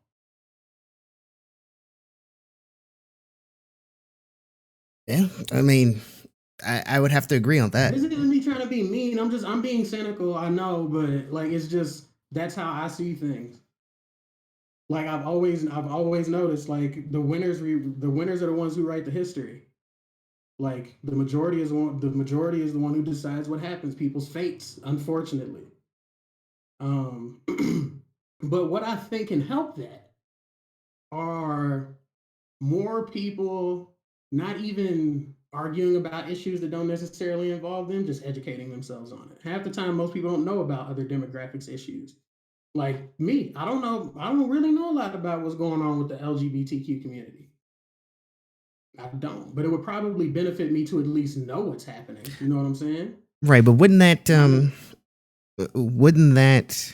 personally for me is that I try not to get involved in it because of the backlash potentially of something that could be said. That I think that ties into that whole thing. What I will say, this is what I think you're absolutely right. That's part of the reason why I don't get involved in that stuff because I'm like, yo, That is your I don't business. ever say anything. That is your It's business. because I Handle it. put it like I remember I used the tag on my stream once, and I asked some people about it, and like they had different answers. I asked different people from the LGBTQ community, "How do you feel about me using the tag on Twitch?" You know, like because y'all have a whole tag. You know, that's dope. They were like, "No." They were like, "That's our tag." They're like, "Are you LGBTQ?" I was like, "No, I was just trying to, indicate that my stream was a safe space for anybody that was, you know what? Never mind. I'll just take it off." Right. And like, cause I was like, wow, like that blew me away. And it was just like, no, you can't even use it, you son of a bitch. I was like, my bad. So yeah, I definitely know what you're saying with the backlash. Like, if you try to get involved in their stuff, they're gonna ask if you're LGBTQ. If you're Right. not, they're gonna tell you to shut up and go back in color. Um, but I don't think all demographics are that way. Oh, not at all. All right. Like, Well, if I may, those dudes that told you no are fucking idiots. And I'm gonna explain why I say that. If you are any demographic that struggles with any issue, and someone from outside your demographic says, "Hey, I want to show that I support you," and you say no, you're a moron. Black people, if you look at America's history, way back when black people first started trying to fight for, it wasn't the fact that black people wanted freedom that got black people freedom. It was the fact that people who were not black were like, "Oh shit, yeah, we should probably help them," and start supporting them. Like, black people always wanted to not be slaves, you know. But it's the fact that some white people said, "Hey, this shit is wrong. We should help them." When the civil rights movement started, women were like, "Oh shit, this they need help," and then started white women started helping them, and then that helped push them forward.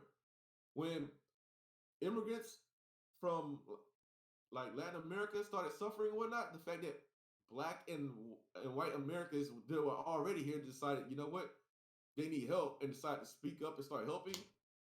That's what helped them. You don't win anything alone. If you want to win any kind of fight, you need people from outside of your homogenous zone to fucking help you out. I don't know, man. The LGBTQ community has proven otherwise because they have everybody within them. That's the thing. That's the Yeah. trick. It's because it's not a race, it's a community.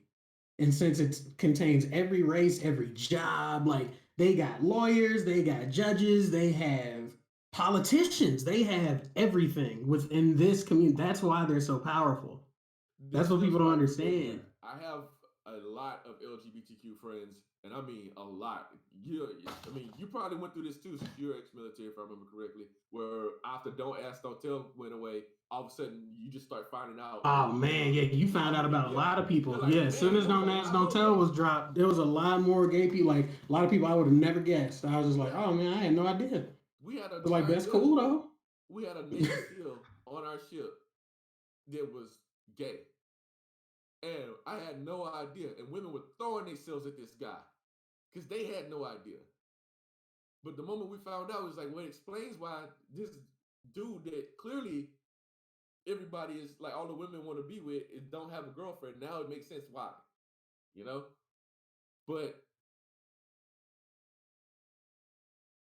if But see, you, that's what I mean. Like, you got a Navy SEAL, you have an IT, you got all types of stuff. Like, but they have a lot of racism and things strife within their community. They just try not to advertise it. I have a friend. They've told me personally that they've experienced all kinds of racism in the gay community because, like yeah, you we said, know it they exists, but since they don't broadcast it, this is what like every point you're making is proving why the LGBTQ community is so effective because they do everything right. They keep infights within. We don't hear about that shit, do we? All we hear about is them successfully overturning some company's decision. So that's what I mean. Like they stay to themselves with their diversity and then use their numbers for power. And it works. Like I know they have issues, no community wouldn't, Right. but we don't know about it. We know about most other communities' issues. We know about what we know about what plagues the black community. We know about what plagues the Asian community, stuff like that. Even though it's not a I'm relating a race to a community, That's why they're able to move so effectively, is because people aren't able to discredit them. So it sounds like you're more upset that like they game the system pretty I'm effectively. not, no, no, no. I don't even think they're gaming the system. I think they're smart. I've Right. learned from the LGBTQ community. What I'm upset about is that other people don't do it. Okay. Like, I'm not upset that they're doing what they're doing. I'm No, no, upset that I other people understand aren't what you're following saying, that but example. I apologize for wording that incorrectly. But I'm that's pretty much Oh, what I'm okay. getting at. It sounded like you were upset that black people don't copy this shit. That Latinos don't copy, like It's not everyone even else just, is it's, doesn't emulate the success that I like we think have a clear path to success by emulating what they have done that has worked, and we're not doing it. basically, Okay, like that's more than we've fair. seen it in action. We've seen it. Then that's what I mean. Like on Twitch, that's the reason they see so many results. You see what I'm saying? So imagine if we had Asians, Black people, and white people all all talking about the same issues. If they were all talking about racism on Twitch, do you know how fast that shit would stop? True. That's my point. That's why I'm mad, because Black people talk about racism on Twitch every day on Twitter. You know who doesn't? The partnered white streamers that are in the top 10% that I talked about earlier. The ones with actual voices on the platform. Those are the ones that ignore it. They won't say a fucking word. That's what I'm mad about. I don't care. Like when you chose, like people are like, well, they're getting a check. No, when you chose to take this platform, you took a responsibility. You're in the top 10%. It's really that simple. You've taken a platform, you're in the top 10%. So I do, yeah, I get upset when I see people just brush black issues under the rug or racism issues on Twitch under the rug because it doesn't directly affect them. And that's what I mean by people are selfish, because if it doesn't directly affect them, why should they worry about it? But the LGBTQ community doesn't operate that way. And that's why they have a tag on Twitch. That's why they attacked Chick-fil-A and won. Nah, they ain't beating no Chick-fil-A. I'm You can still say eating that now. there. I'm still eating there. So And I got plenty of LGBTQ parents that still eat there, even though they my don't want to tell everybody responsibility isn't else. to help you out or anybody under me. So Mars, you're absolutely right. I didn't tell you to help me directly. I told you to have some decency. There's a difference. You sound like those same selfish people. It's like it's my money and I'm making my money so everybody else can rot. But that's not how humans survive. We have a pack mentality by nature, but we're selfish. That's why we're headed for destruction. Humans can't stand being by themselves, but they're selfish. It's the wildest thing I've ever seen. You see how contradicting that is? Without helping each other, we will never see growth. So that attitude is a very bad one to have and Well, a stagnant one. I understand that. And I do agree that like when you see somebody needs help, if you're right there, I'm you not should help. saying give people bags of money. Right. No, no, no, that's not what I mean. I mean, like if you see an issue, like I said, you're a military person, so you probably heard this. If you see it and you're right there, you own it. You know, If you see something, say something. you know what I'm saying? Like, Exactly. Like yeah, if you see so, something, say something. if you if you see something directly happen, then it's one thing on your and you're on the platform. Then I understand speaking up. Like the whole thing y'all brought up about the person with the Discord and the streaming and the racism and inside of their things that just happened. So I would imagine a lot of people in the upper echelon of the thing should re- at least give their response to the thing, but some of them probably won't because they feel like it's risky territory to get out there and start talking about racism, No, especially when the they don't thing have no skin in the game. the thing is that It's not. all of It's not. them. It's actually Uh, not risky territory. You know right. why it's risky? You're gonna piss off other racists. That's why it's risky. That's the only risk here. Is that you're gonna piss off your racist friends and lose money. No, That's because the only risk. The thing they is, don't want to risk alienating not just the racists, but more importantly, it's probably the other people who just don't like dealing with the topic of race.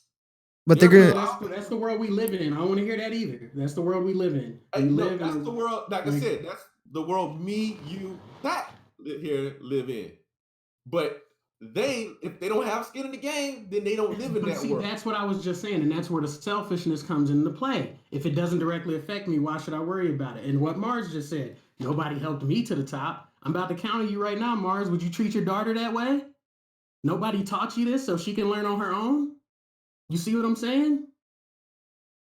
Moving on, you have to help each other. Like, even if your skin's not the same color, I'm not gonna look at a white person and be like, well, their life's been easier than mine. Fuck them.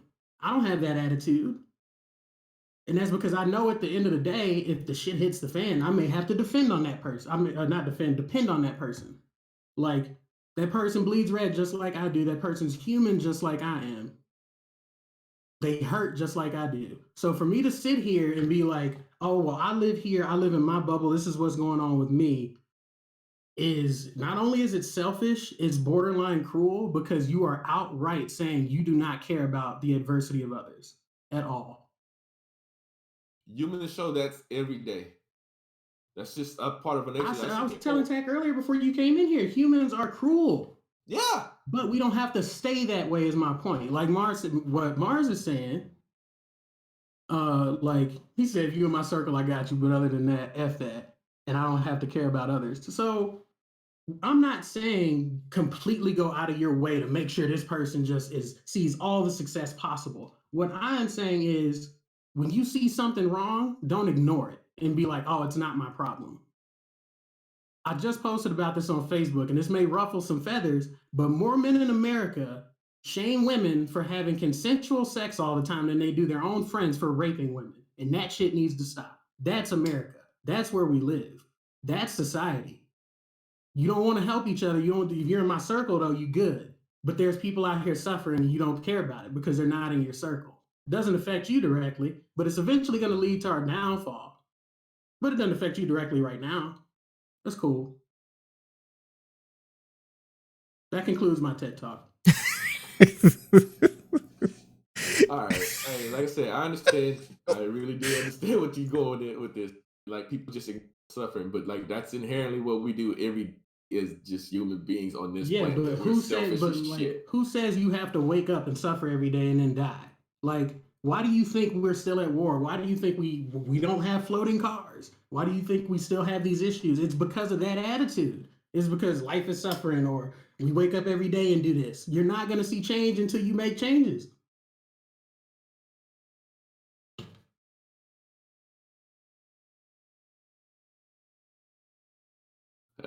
I don't. I'm sorry. I'm not that optimistic. I thought I was the optimist I understand. I understand. I'm not necessarily optimistic, Mm. but because I do I see can't things see for what humans they doing are, it. and I We're see. I think we'll be extinct before it happens, honestly. But I will do everything I can while I'm taking breath on this motherfucker to make sure that I'm not part of the majority. I won't be that person. That's like when somebody talks about me, they won't be like, "Oh, this person's a dickhead," or "This dude's really selfish." mm, They're like, "No, this is a selfless guy that cares about others and he's compassionate," because that's genuine. That's easy to me. Like being closed off and being mean to people and being isolated feels wrong. It doesn't even feel natural, and people do it anyway. I've seen people. I really want to talk to this person. I asked them to be my friend, but I didn't. So you fought human nature. You fought your own nature because America or society has taught you how you should feel about it. Maybe you should be listening to what's in here, not what you see on Twitter, where being antisocial is a fad now. Yeah. I mean, yeah. I mean, you got a very valid point. so Granted, some of those things you have to break through because of your upbringing. I know personally, me, I'm not the most sociable person because only child. I grew up doing a lot of stuff by myself, but you have to kind of teach yourself to an extent to Mm-hmm. interact with others, and it can be hard for people to do that because you don't necessarily get those social skills unless like you do extracurricular activities or something like that. Well, I Uh, said I'm wasting my time, fam. I'm not wasting my time. I don't view it as wasting my time, Morris. But if you do, that's cool. I don't view it as wasting my time. I think compassion is a strength, not a weakness, like most people do. I feel like there's it's okay to have compassion, but there's limits to everything. And Oh no, you're right. I can be real mean to folks. You can ask Tack how I talk to Chris when he gets out of line. Like I'm very compassionate, but I'm not gonna let you get out of line either. Like, Yeah, I feel like there's limits to everything, even compassion, and I feel like there it's hard. It's really hard, especially on the internet, for a lot of people to take up the idea that I'm going to help somebody that's not like me, especially when you have people who respond to that, like what you experienced when you said, "Hey, I want to show LGBT people that they can come oh here. yeah, It this is a doesn't matter." safe space for them. You know what I'm saying? Like Yeah. it's okay that I'm not LGBT. They can still And then I come got hang out attacked. and they can still come hang out and be chill, you know? And then you got attacked, and all you're trying to say is, "Hey, I want to be your homie." That's it. I wanted to show there's a You say, safe "I want to be space. your homie," and then they said, "No, fuck off. This is our thing." If Yeah, and when they did that, you see what happened though, right? I cut everything off. That compassion stopped. But that's what I'm Like, saying. It's like if you're imagine, let's just look at it from the other side here. Let's say that you were a white streamer and mm-hmm. you wanted to address something racist that just happened, right? What if you got attacked and people say you're only talking about this because you clicks, whatever, and you have nothing to do with this. So why are you bringing this up? I've And actually had then that happen before, they not start on coming. Twitter or anything. Yeah, I'd stand by my truth, to be honest with you. Like, if they're mad, they're mad. I know where my intentions were. And usually, this is something I've noticed with me. I haven't noticed, I can't speak for anyone else, but seeing how my community has grown, even with me, I wasn't streaming for I don't know how many months, and my community was still seeing growth. And and I contribute that to my genuine attitude. Like, I think people can read when you're genuine. They can. They usually can tell. So half the time when I do see some of those like white people get into race issues, what's that comedian's name? He was in a Think Like a Man. He's married Mm. to a black woman. I Oh, can't remember his I know who you're name. talking about. I know who you're talking about. Yeah, he's married to a black woman. Anytime he's always got something to say when something goes down, and people agree with him, they support him, they share his stuff. It's because when I watched it, I was like, you can tell he means it. He's not just saying you were wrong for being racist. He knows history, he knows facts. I know he actually is invested and cares about these issues. But Like, one, you so probably talk about Gary Owen. That's the only one I could think. yeah. that might be like the only white dude in the group of black dudes and how to like think like a man. Oh, see, I haven't seen Think Like a Man, but Gary Owen is funny uh, as hell. Married yeah, to he's hilarious. He's he married to a hilarious to black me. woman, and he sounds hood as hell, and she is the highest educated person. So they're like they break all the stereotypes, and I love them as a couple. Yeah, they They're break awesome. barriers, and I love that couple. And like, but things like that, I could tell he was genuine. And I've seen like Bernie Sanders. I know Bernie Sanders genuine. There are Yeah, times when people come off as like clickbait. You know they're doing it for clickbait. Like those apologies. You know when those apologies aren't genuine. When Right. people oh say yeah, something messed up and then they apologize, we can tell that. yeah. And I'm that's what I sorry. contribute my. That I got caught. Yeah, Apology. exactly. That I got caught. And like it's just like with my Discord server, I think people come in there and talk because everybody in there, not just me, everybody in there is genuine. You know people in there are genuinely nice. You know people in there genuinely care about their communities. It's that get people to come because they know they can come in there and not be worried about the fakeness. And I think I could see that in most videos. I wouldn't say all the time because everybody's been fooled. Right. Nobody's all wise. Yeah. But I think for the most part, usually people can see if you're genuine. And I think if I was genuine in my delivery, not just clickbaity, I think that I would. Some people would still be mad. You can't satisfy everyone, but I think I would see more positive than negative. D Yeah, D. well, that's all I was trying to get at. Is that some people, yeah, you're right. Some people would know you because they streamed before and they've gotten used to your personality, and they are like, all right, this is something that they would address and they would be genuine. But if you don't already have a precedent of addressing these kind of issues when they happen, then you're probably going to come across as like, all right, but why are they bringing this up? Especially like I said before, Yeah, if you come it's out of nowhere. yeah. So imagine if all of a sudden, like I don't know, just whatever white streamer you liked right now that you're watching was like, hey, let me address this racism thing that just happened and whatnot, and they've never So addressed it before. It might seem like it's coming out of left field, and then detractors of this person because people love to hate people. People like to hate you even if they don't even know what you've done or anything. We oh, like for hating sure. people for some reason. For sure. On the For real. Not internet, wrong. Haven't even met the person. I don't like him. Do you Like know you even don't when like you him? know what they did was fake, like your favorite wrestlers are almost always the bad guys. You know, you Yeah. love to hate the heel. You like this is I don't know why we just like bad guys. We like to have a bad guy. So people who don't even watch this guy stream might just start hating, down talking this guy. All of a sudden, there's all this negative attention and whatnot. And when you up there in that top percent and you start making all these crossover money from not Twitch, but from all these brands that try to sponsor you and this and that, like you don't want Yeah. that attention. So when That's it comes true. down to that, these people start thinking not with their heart, but with their wallet. Yeah, and Like like, at and the Do end of the day, that might be cruel, but like especially like I know me, I'm gonna be honest.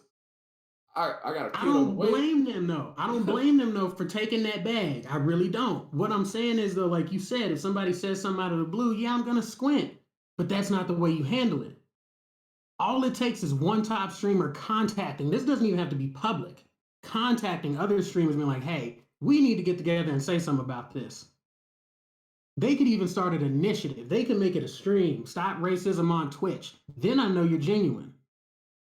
Or if you get a group and it's 10 white streamers that come forward and are like, hey, we've noticed there's a lot of racism on Twitch. It needs to stop. Once you see that it's a group, now you know they're serious. Now you know it's not just this person trying to make money or look good for themselves. They actually care. Like if definitely gonna squint if a single streamer comes out of nowhere. But then Trills. I'm gonna read what they say or watch their video. Um, and I may even be that person to suggest, hey, you need to like y'all need to get together and do this. This isn't something you can do alone. So that's how I think they should handle that. And I also think that would avoid like a lot of that backlash from Twitter or their sponsors. Because once multiple communities come together and see something, then they might be like, oh, maybe we should stop because Pokimane said we should. So I get you, do but like even she gets targeted by random shit and whatnot yeah, here. like I You said, know, everybody's not going to be satisfied. You're always going to have trolls, right? well, not even but you trolls, can't but deny just that it people would. like to be haters, Do man. do Yeah, but you you can't deny that it would lessen though if it was the trend to not be a hater. do you think some of it? And I'll ask you this question: you think some of it is attributed to the fact that there's fear, like helping people in general? Like you help Yeah, some young yeah, there lady, is. Like you a help some lot of young people would use lady, you. and then she'll turn around and say something on Twitter that you made advances on her or something like that, or you help somebody in the LGBTQ community, and then they say that you said something to them derogatory or something like Said that. something homophobic. Yeah. Yeah. Do you think that attributes to the reason why people are just looking out It for number does. one? Because It and does. personally, Like I think it does. And no, it 100% does. It's just like here in Colorado, my situation. Me being a nice and trusting person, I trusted somebody, got fucked over, was almost homeless. I'm not now. And like because of that, yeah, of course, if somebody was like, yeah, you can stay here while you're looking for a place, I'll be like, nah, I'm good. I'll Right. just find my own spot. Do your thing. So I definitely can see that there might be some apprehensiveness with people wanting to go out and help, and then it's just like, oh well, this might not be a good move for me. Like they may use me or they may screw me over in some way, and that's where it comes in. Like I think when people think of the term help, they automatically think of certain methods, and there are multiple ways to help people. Hmm. You don't just have to help people monetarily or help them by hosting or rating or shouting them out.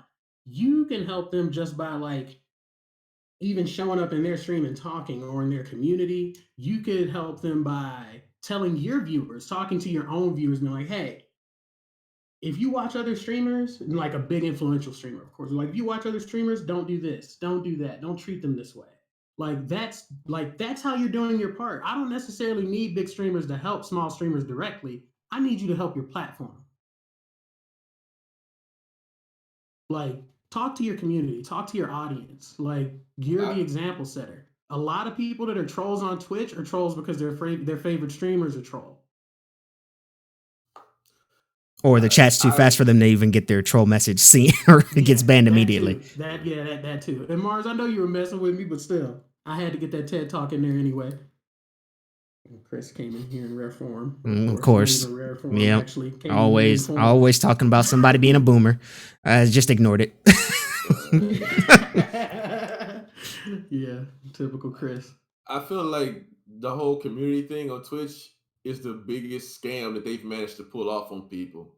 So Like I don't know Twitch if you were as a muted or whole not. I is said that not earlier. Yeah, that's literally what okay. Nella said earlier. I went Twitch into as a all of whole these is not a earlier. community. Like It's not.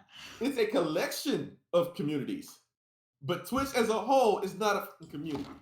So like, yeah, I don't feel like it's gonna happen. They're just gonna the top streamers from different things are gonna get together and But work that's together. my point. Don't sell it as a community then.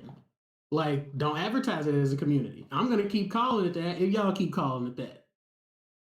Like the reality is, yeah, it's not a community. I was telling Tack that earlier. It's just a bunch of selfish people with their own communities. Yeah, It's not a community. it's a collection of it's a collection of many communities. That's what it is. It's just one fucking megalo community, I guess. Like there's no there's no sense of we're all in this on Twitch. It's like you start off as this is me, and then now it's us, and us might be just 2 to 3, 4 people, and then it stays there. It never goes beyond that. It's like it's us 4 streamers and our chats, but that's it. Like Twitch as a whole does not go beyond that.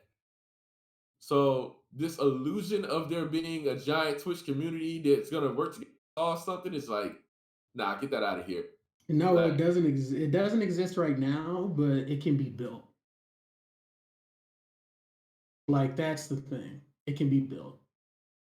like Twitch barely So has any real features, much less like it's just the fact that this is what we all know and yeah, we're but comfortable here. That's it. We're comfortable. that's the real thing. People don't want to stray from Twitch. Like the viewers really don't want to stray from Twitch. I don't know why. Like I think Twitch it's is the just hood. right now it's just cooler to watch Twitch. Twitch is the hood. Like we all start off here at the bottom, chilling in this hood. And there's other neighborhoods opening up, but we don't want to move to those neighborhoods because we don't know I nobody there. do. I So do. it's I'm like, looking at houses. I'm and looking then at properties. see now you say that, but I've already these streamed on Facebook, Sleepy. okay, I'm making I'm moves. not Like saying you're not making these moves, but you are the minority because you know what? Most of the people moving there are people who didn't have a Twitch thing and they start there on these other ones, or there are people who moved to this thing because they see that there's going to be a direct financial profit, not from in the long term, but from the immediate move. oh yeah, they get that. Yeah, they get that bag thrown at them. Like So I'm moving because I'm gonna get a bag this week, not because 3 months from now I might get a bag, but that bag will be there this week if I move. It's either that or I'm so moving because I'm already here and I don't want to start at the bottom on Twitch. So if I'm gonna start at the bottom, I might as well here. it's funny too because my community directly. The reason why I feel like I'm able to move is because my community directly thrives on Discord. They don't thrive on Twitch. They don't thrive on YouTube, Facebook. Yeah. They thrive on Discord. So that's usually where I spend most of my time anyway. And people, I think people in Discord, of course, will eventually show up. And I've started doing this thing with my Discord. Speaking of which, is a bit of a tangent, but deleting inactive accounts on a regular basis on your Discord server is the best thing you can do. I'm telling you. For some reason, when people, I don't know if it's a psychological thing or what, but for some reason, when people come to servers and they see just a lot of offline people, they don't talk. But if they see nothing but like green and yellow and like red dots going down the whole thing, they're like, oh, this is a server where people are usually around and and they see us talking, they'll usually talk. Um, but yeah, because of Discord, like I've seen more growth recently than I have on any platform. Speaking of which, if y'all are subbed to me on Twitch, um, and you want to support me in some other way, delete that sub and save that money to boost my Discord server. We're almost to level 2. There you At go. level 2, I can start hollering at Discord about being an actual server with a check mark. So like, we're close, like 4 boosts away. But yeah, I definitely know what you mean, Sleepy. Like people get that bag, it's like I'm moving, but other people like, look, I make my little 200 a month on Twitch already. That's where I'm staying. That's where everybody know. That's where everybody knows me at. So that's where I'm going. But what I'm trying to do is stream to all of them. I want to stream to YouTube, Facebook, Twitch. I just need a channel that's not affiliated. Yep. I mean, but that's the easy thing to do, and you're already in the process of making those moves Yeah, as yeah, far yeah. as I'm as far trying. as doing that.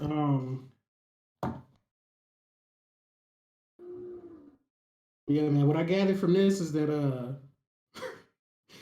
Twitch isn't a community.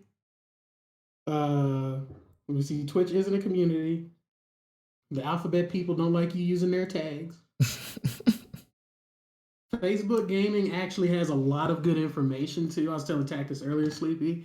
If you look at their whole Facebook gaming page, it's got a full guide on just how to be a streamer. And I was telling them, of course, Twitch has certain stuff, but Facebook gaming has those little details in the information that will actually help you grow. You know, those little things you never do because you didn't know to do them. Facebook explains all of that, stuff I had to find out on my own. So I was like, they already had some brownie points with me because of that. So I was like, new people, I'm very sympathetic towards new streamers because it's hard. Right. So I was just like seeing that information being just given to you and not gate kept or just hidden somewhere. I can appreciate that always. And that was what I was telling Tack earlier too, is that I think Twitch is full of gatekeepers, and that's why I have an issue with it. It's not necessarily with the company at this point, it's with the people who are on it. I mean, gatekeepers is something that's been an issue with every community, and I Yeah, mean, yeah, it has. But with so Twitch, it's becoming a little too obvious.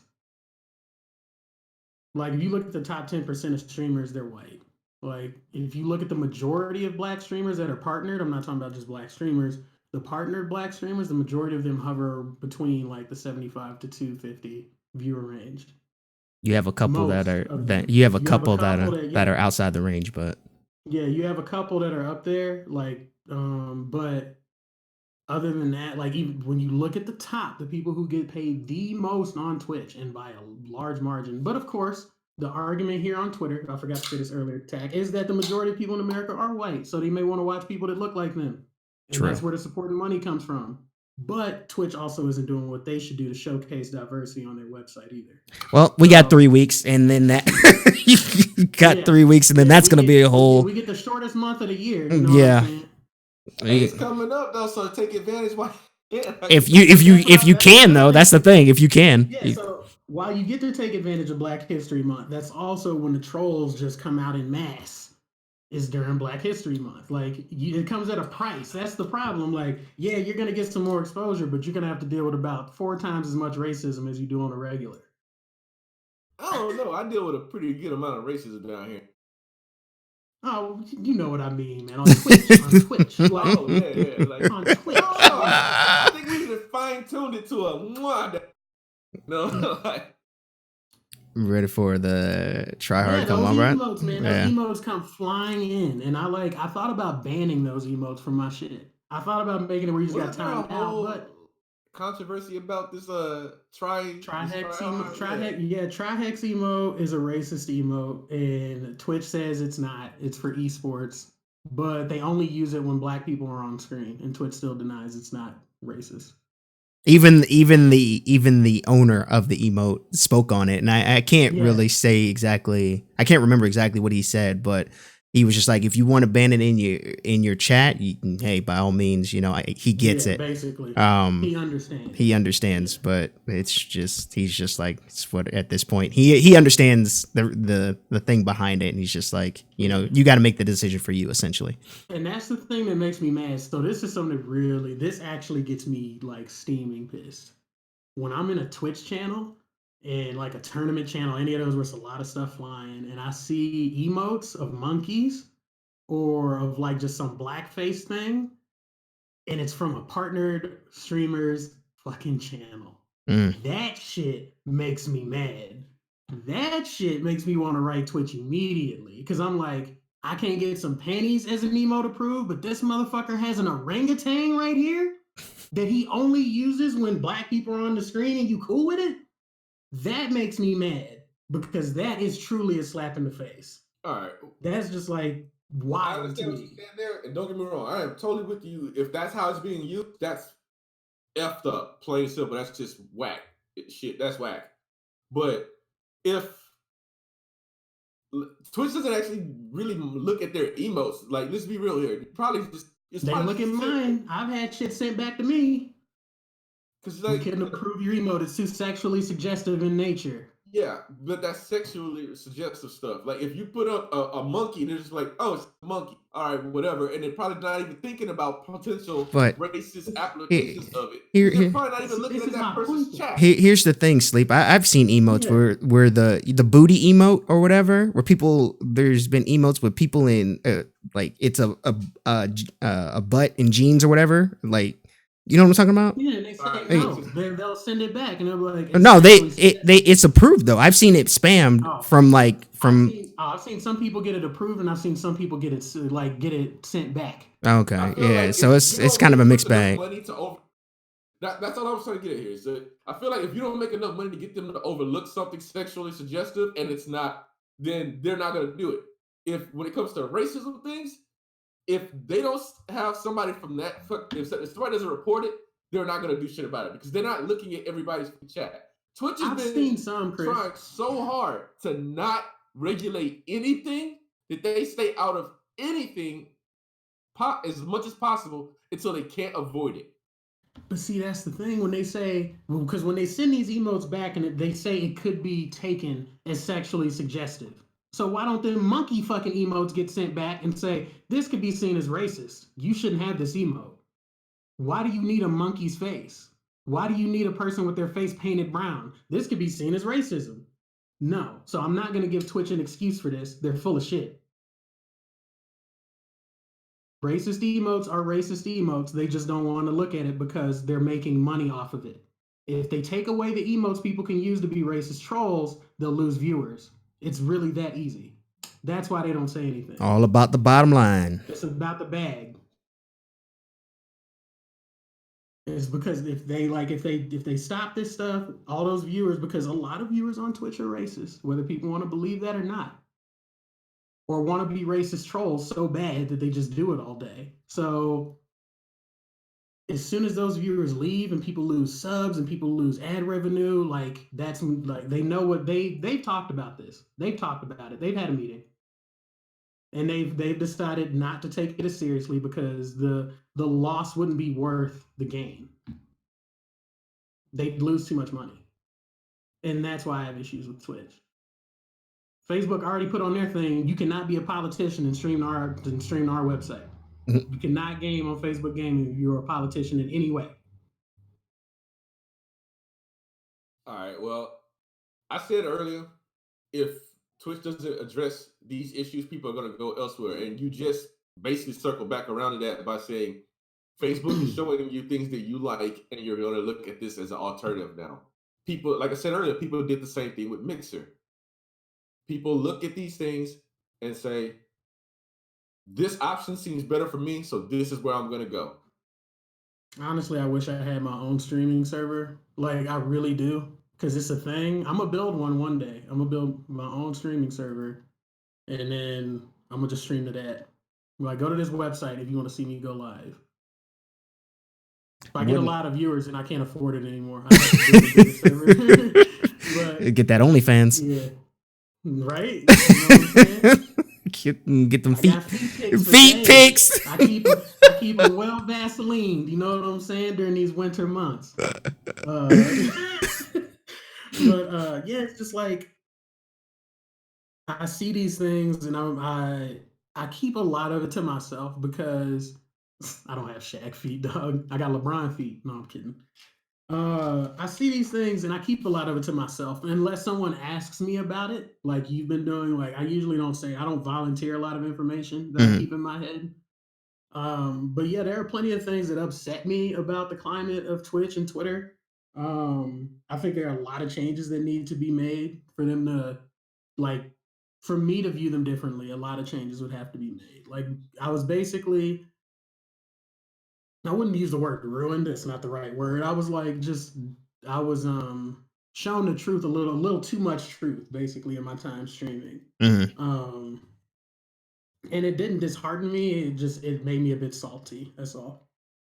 Um, but I think those things could be fixed. I think people just don't care to fix them, and that's like the most frustrating part. Yeah, and it's Like even some of some white people I've met that stream or that have Discord servers, and I'll talk to them about it. And I'm like, well, people are just trolling. I haven't talked to them since. yeah.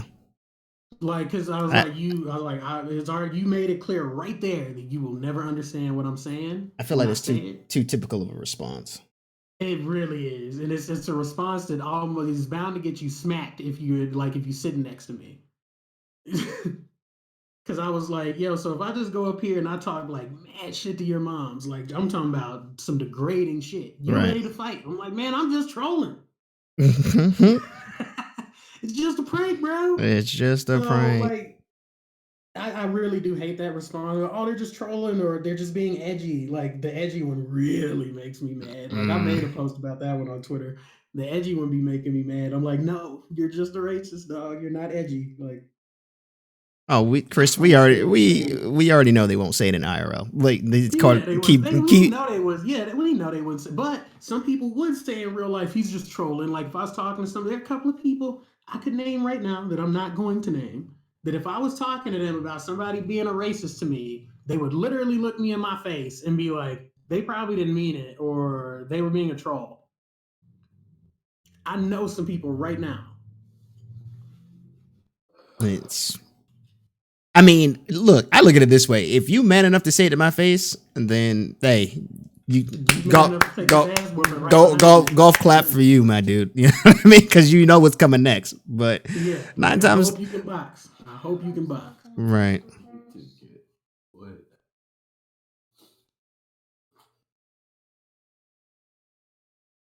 Oh man, but yeah, it's just it's wild. It's wild, man. It is so wild.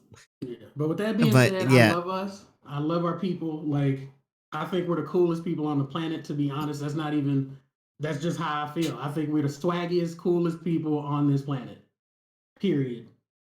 But I love us to death. And that's what I love about my server is that it's so diverse in my Discord server. So many people from different backgrounds and different races in there, and everybody manages to get along with different views. It's wild.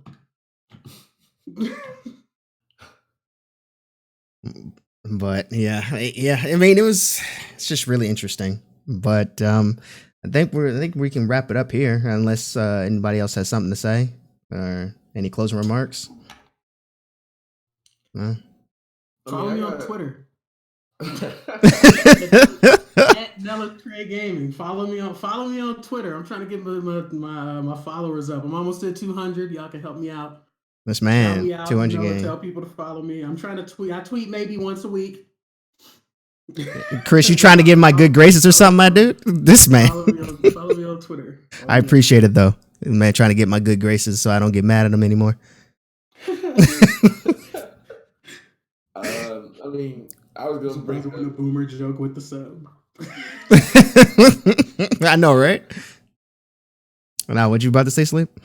I was gonna say, man, just I do want to ask y'all a quick question about what games do you think this month, are gonna be the ones to keep your eye on? Tim Tim. Kakarot. Tim and Kakarot, Let's, like I let's, know everybody has gotten 80 Dragon Ball Z games, and I understand if you don't want to buy this one because it's like, oh, the Dragon Ball Z story for the 100th time on a video game. that we already know. But yeah, that we already know. But this one does go through the full story, something no RPG has done for Dragon Ball. It's also an RPG. The last big RPG for Dragon Ball I played was the Legacy of Goku series, which I loved to death. So I was already open to a Dragon Ball RPG. I've wanted one since the beginning. So I'm down for it. I'm ready to play it. Majin Vegeta is playable. That's enough for Oh, me. I snap. am sold. Yeah, like I was like, they're going through every part of the story. You can play pretty much everybody that played a big part in the story. I Okay. was like, I'm ready. I'm buying this game. Is going down. That's different than Tim Tim is another big one. It's not just another fighting game, Tech. It's not just another fighting game. I mean, That's why I understand why people are like, I'm not buying this. I definitely understand, but I'm excited about it. I mean, I'll watch it. I'll watch the streams or whatever. Don't get me wrong. It's like, oh, you know what I mean? It's just one of those things. Yeah, It's just I like, feel yeah, you. I it's even said another they should one. release an MMO where you get the races. You get Saiyans, you get Majins, you get I wouldn't mind Freezer that. race, you get Namekians. Like I was like, why don't y'all just make an MMO at I this would not point? mind that at all. Don't get me wrong. I think the MMO would be dope, but I think that it would never work because you would have to suspend your disbelief enough to believe that Saiyans aren't always going to just be the top tier. Because let's be real, you can't have a Dragon Ball MMO and not have PvP. So you're gonna True. have 50 Saiyans running around in PvP with one random Namekian, and, I and that think you one should and get. I that one think you should random get Namekian perks is for my your black race cat. though. Like Namekians should be able to self heal. They can regenerate. True. That in an MMO, that's way above any tankiness you got. So I feel like that stuff would even it out if the MMO crowd latched on, not necessarily Okay, the nice Dragon try. Ball. I know you want to see yourself on camera. Yeah, I hear you. If the if the Dragon Ball crowd caught Okay. on, it could possibly be an Well, issue because like, oh, Saiyans are the strongest. But if they took it into an MMO perspective and latched on the MMO crowd, Namekians can have what are cosmic powers. Namekians self heal on Xenoverse. They trash as hell though. Well, in my opinion, like Namekians created the Dragon Ball, so they have more cosmic energy than anybody in the Dragon Ball universe at this point, in my opinion. Mm. So that type of stuff should come into play. Namekians are good at. They're very smart. Their intelligence stats should be high. Saiyans aren't very smart. They're tacticians, but they're not very smart. So no, you shouldn't be able to do certain stuff as a Saiyan. Yeah, you have brute strength and a lot of HP. Maybe you gain strength experience faster than others due to Zenkai boost because you're a Saiyan, but that would be it. You wouldn't get any other perks. all right, you Just can't be a even put a brute. Zenkai boost in the MMO. Semblance of balance, and Saiyans are inherently Well, not balanced. what I'm saying is the Zenkai boost would boost their strength. Namekians would get a boost to their intelligence stat. You see what I'm saying? Because Namekians are smart. Or if you went with like the Majin group, Majins are proficient with magic attacks. You see what I'm saying? I guess it would be Or more so how everything would be Frieza. balanced at the end game though, because you know you're gonna have. At the end game, it would get difficult. But Because like Frieza, like the Frieza race can survive anywhere. They can even survive in a vacuum of space. So let's say status effects don't really they get not. It's not that they're 100% immune, but they have a resistance to status effects. like Like that, that's all I was I getting know, at. I know, I'm not an MMO developer. I'm just I know, spitballing here. I get you, but Yeah, I'm but just saying, like, I in fact, yeah, no, you play them. You play them. we play a yeah, lot of MMOs, so Yeah. I would Bondi, feel get like, at me. yeah, for balance, I would exactly. The plug, the plug. Yeah, we Yeah, played like Xenoverse Mars, but I didn't like it because it was a casual button masher with races in it. uh, all right. See, I'm not gonna start that because see, if you get me started on Xenoverse, well, not That's a a whole real different fighting game, podcast. so we don't even want to do that because I So don't want to offend y'all Xenoverse lovers out I there. didn't say no. I told me and Chris have talked about this at length. I told him I was like Xenoverse is a fighting game, but it's not. It's a casual fighting game. It is not I don't even qualify like. it as that. It's a brawler. It's just like the One Piece arena fighters or something. Well, I call a lot of brawlers fighters like Power Stone. I consider that a fighting game. It's a brawler, but it's a fighting game. Like those. All right. Well, it's not. Let me put an addendum on that. It's not a competitive fighter. That's It's what I said, and that's what I told him. That's why it's a button masher. It's like it's a mashing yeah, game. You're like supposed to mash. these are not games you're gonna see with the prestige of a tournament on them, like Evo or something like that. You might see them at side tournaments at Evo, but you would never see that on the main stage. You know, these are the type of Yeah, games that they're fun. They're great for parties. They're great for streaming and having blast with your buddies or Discord or something like that. But I definitely just don't. I couldn't see myself sitting down to watch Team Spooky Next Level and then for like 3 to 4 hours of just Xenoverse action. You know. Xenoverse just isn't fun to me. That's what I just told Mars. Like Xenoverse isn't a fun game to me. I bought the game. I pre-ordered it because I was all about it. I was like races, like classes. I'm with it. I was like, I'm gonna make a Saiyan and a Majin dude. I'm ready, and I did. But then I played. I actually played the game, and I was like, yeah, this ain't for me at all. And I think it's because Tenkaichi ruined me. Like Mm. Dragon Ball Z Budokai Tenkaichi 2, I believe, is my favorite one. But the Tenkaichi series in general was the way you should have made a 3D What? brawling Dragon Ball fighter. But it was button intensive. It had a lot of tech. You had to be technical in the game. People didn't like that. So then they came out with Xenoverse, where they're like, hey, you can just press like the R1 button and do all this extra shit. So to not really counter Mars's point. I understand what you're saying about put the class types into an MMO. The problem with that is the end game, because everybody and their mother knows that Super Saiyans end up being the strongest, usually the strongest characters in the game. So it comes to how do you balance that? Yeah, you can have Yeah, Golden Frieza, the Frieza race or whatever, but what about Namekians? What about I Earthlings? tell you What about what, Yeah. do it and like Final Fantasy did it. Do it like Final Fantasy did it. Have Saiyans there, but the next class or race you can unlock at end game is God of Destruction or Angel. Then you can say, oh, we are the omnipotent beings, we are the powerful ones, because ain't no Saiyan surpassing them. Not yet. So, or you can just be a gray alien. Jiren was a gray alien. You see what type of hands he was putting on folks. right? He was literally a gray alien. Yeah, like I said, I was just thinking about So it from a perspective of balance, and that's why I'm I tapping. understand, but I think if they did it like in-game classes where you had the normal stuff first, and you could even consider Saiyans like you can't achieve the Super Saiyan levels or Super Saiyan God class until you get to in-game. Then you can do Angel, God of Destruction, Super Saiyan God, Gray Alien Jiren, whatever have you. All the hit assassin class, because that's what I would pick all day, every day. And then you have like I'd say then you could do it, but I don't play enough MMOs to know the nuances of that.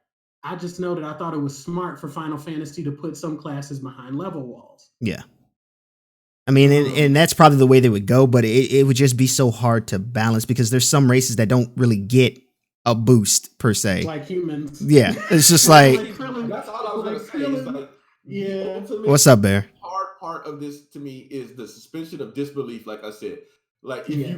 you have to put balance in because it's an MMO, so there has to be a certain balance. Certain classes can be stronger for PVE versus PvP, but at the end of the day, there's a balance. It'll give it a take, right? Well, what happens when we get to the end of the game and Tax sitting over there with his Krillin? Hell no. I'm just saying. Would be- Just saying. You're sitting over there with Krillin, but you've been PvPing your ass off within the assassin class or whatever. So when you hit that destructo disc, it's a wrap, you know. And he's sitting over Honestly, here with his Super Saiyan 3 and getting washed by Krillin. And we supposed to sit there and say, you know what, that's plausible. so It's just this is the hard to thing. do that. This is It's what I just said when your hard. daughter came. I said if you got the Dragon Ball Z crowd in it, like if that was the main crowd of the game, yes, it would be hard because the fanboys would have a hard time accepting those power differences. But if you had the MMO crowd that's also fans of DBZ, they would understand. They would know. They would know why it needed to be balanced. They would know that humans are the only ones that can use solar flare for a stun. You know what I'm saying? Like or some type of CC or That's Krillin and something. Tien's Yeah. specialty. Yeah, Krillin and Tien's specialty. Krillin's especially was never to be strong. It was the fact that he could make you look at one thing and then fuck you up over here. He was always deceiving people in fights. So Krillin, if you did take a class like that, I think he should have CC, like Solar Flare. He should have moves that miss but are one-shot KOs, like Destructo Disc on Trash. Um, We're talking Stuff about like that. potential Dragon Ball MMO. We got sidetracked. You cut out sleep. Hang on. You cut out. Oh, that's probably on me.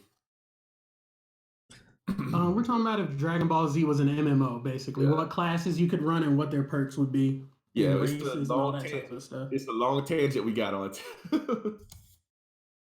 It would just Yeah, be. It would just be really. I mean, it would be really. it could be It'd done be. because It it could could be be done, fun, but it'd be really but difficult. it'd be really Yeah, it difficult. would be difficult. It would be difficult, and it would be hard to sell to the hardcore people who only watch DBZ. Like they don't really play MMOs and nothing like that. It's just the hardcore DBZ fans wouldn't buy it. That would be the major issue. Well, And they would be like, when can I all you'd hear, when can I use Broly in the game? Right.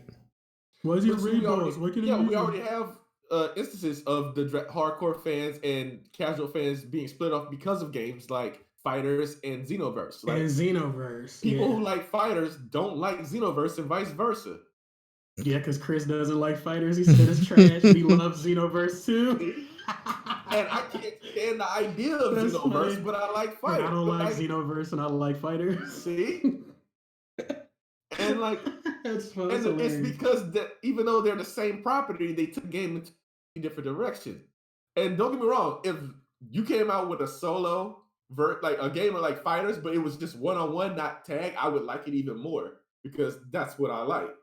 But like you said you like Tenkaichi.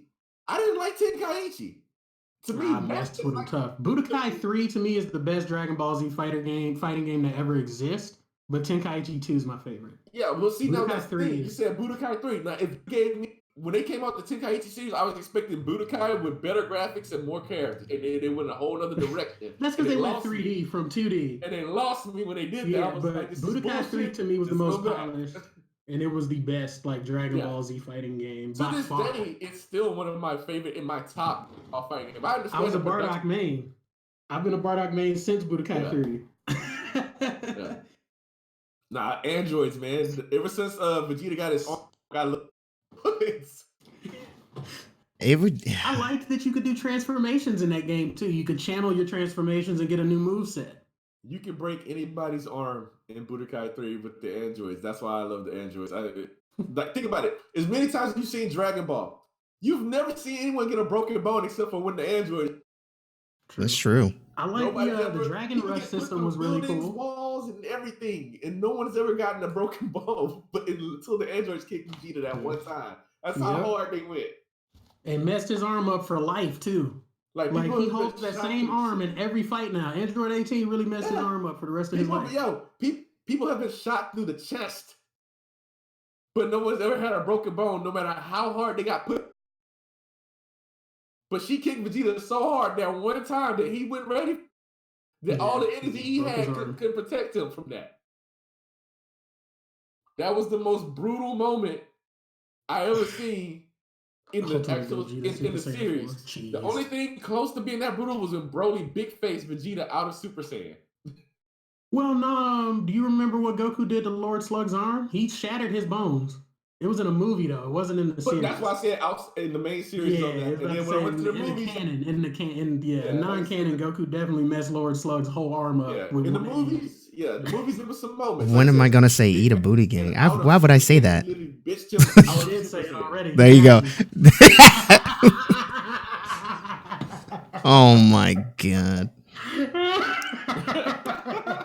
See, and this is why I don't get along with him in Nella's Discord.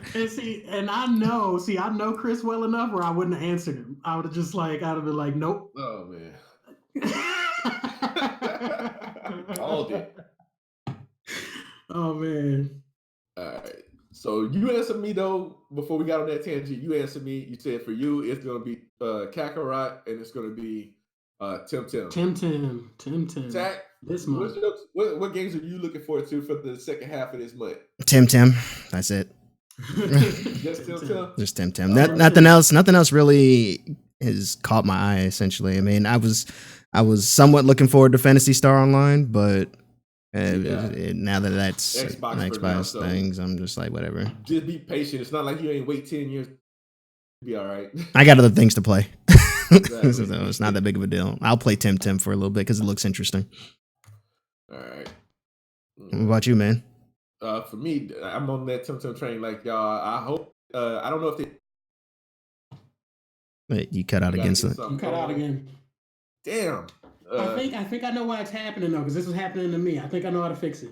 All right. So if you go to your Discord settings and go to voice and video, where it says input mode, voice activity, push to talk, input sensitivity, automatically determine input sensitivity, I have that turned off. And now I have it manually set because when it automatically determines, it'll shut my mic off before I'm done talking because I lowered my voice in the slightest bit. So If you try that, just switch to often and move it. Test it while you're talking and see where the meter moves and see where you need to put it for a threshold, and you should stop cutting out. All right. So how is this right about now? You sound good. You sound good for now. We'll see if it cuts out later. All right. I'll keep messing with this throughout the day and figure that out. The rest of that out off stream. But yeah, for me, it's probably Tim. I'm hoping that they have the guild stretch goal met because I would like to get a guild going and have a group of people. That's something that I've been looking forward to, a Pokemon MMO, since I found out what MMOs were because Pokemon was here first. I'm like, So wow, yeah, I was like, the moment I found out about MMOs, I was like, this game is made for that, And then we never got one. So the fact that somebody else beat Pokemon to the punch, that's gonna suck for them, but it's great for us in the interim. So I'm looking forward to it that. doesn't suck for them. They took too long. It's been what, 20 years? Hey, it's been longer than that. Hey, I said it sucks for them, but that don't mean I'm sad about it. Like, Flay played on the tiny violin. Yeah, they should have got that money. But I'm looking forward to that. That's definitely my number one looking at right now. And I guess second is even though they don't need nobody advertising for them, Runeterra, Legends of Runeterra is the card game is supposed to go into open beta this month. Yeah. And I'm a giant TCG person. I play Shadowverse like every day. Wait, did you not get Did you get the drops for the original one? Did you play it? I didn't get to play. I didn't get in. Oh, you're in for a treat, dog. I played it the whole time. You need to play it. Yeah, I can't wait. I've been waiting on that. I love TCGs. I spent my whole childhood playing Yu-Gi-Oh! I still got a buddy I make fun of now for losing a Yu-Gi-Oh! match in a dramatic anime style way. So was he the one that did the live action light points to yeah, you know what I'm oh my gosh, bro. 800 damage. You know what I'm talking about? So yeah, like I'm looking forward to that. Was hilarious to me. I'm looking forward to that game dropping and playing that, streaming that. I love card games. That's my thing, man. I've been playing those ever since I was a kid myself, and I still play children's card games as an adult. So I'm gonna be on that for sure. So those are my two that I'm looking forward to the most right now. And then after that is February. So let's try to make that come up while we can, because we only get 28 days. True. Get that 3 weeks in a few days to spare, and then it's over. So we got to make that work, Right. Some people thought it would be like Hearthstone, but it's very different, and that's why I like it. Nothing like Hearthstone. I'm so glad. That's why I like it. I've watched it religiously. A lot of Shadowverse players got invited to play it because they know where the money is. So Hearthstone and Shadowverse players got invited to come play that, and I'm looking forward to trying that out, especially since it's going to be fresh. That means everybody who starts off is starting at the same spot. So if we all got the same chance to make that same come up. And you can get cards just by playing the game. Yeah. So for a free-to-play warrior like me, that's perfect. I get to play this game. I'm as much as possible to get as much free out of I can before I have to touch my wallet at all. And hopefully I can make it to the top of the ladder as much as possible before I start opening my wallet up, I'm definitely gonna theory craft some stuff. Like when we played it, I only knew about it because I watch This Guy's Toast in Skara a lot because I watch TFT. So when they were playing that, I was like, "What is this? This card game looks dope," and I've been looking for one. And so I found out, I signed up, got that drop, and it was over after that. Like the different decks you can build and everything. I think you're gonna like it a lot. Yeah, I saw This Guy's Toast play a couple of matches. I saw a bunch of Shadowverse players playing it, and there's so many variety of even the same type of deck. That's what I'm looking forward to there. Basically, you can build all these different decks, and then within those decks, you have your centerpiece, and everybody's is going to be different. I've seen 3 different variations of the same theme. Like one guy was playing Freljord. I saw 3 different versions of the same Freljord decks. I hate Freljord, bro. Freljord is so hard to deal with. Bruh, like Olaf, like that. I played League season 1. I was an Olaf main in season 1. Like Olaf's broken in everything they put him in. Everything they put Olaf in, he breaks it. He broke TNT. I'm coming with that Olaf deck, son. Like, so I run a Shadow Isle deck. I'm just unkillable, and I'm gonna fill up the board. But see, like we were just talking about it, it's not even out of beta, and look at how much variation we've already talked about. So, but yeah, that's my 2 games for this month that I'm looking forward to right there. Okay, all right. All right. Well, before we head out, Mars, I don't know if you're still there, but that Black Clover game is live, by the way. I was playing it last night. iOS only. Ooh. No, I think it actually released everywhere. Now, since this morning. Before you sign off, man, what's going on with Black Clover's animation? What was that Twitter picture that was flying around? Which one? Anime Twitter. The I didn't see that. Whatever that the blonde haired dude was. Oh no, never mind. It was the Black Clover, the Seven Deadly Sins. My bad. Okay, I was like, wait. I was like, wait, what? Had bad animation. That show's bad anyway. But anyway. All right.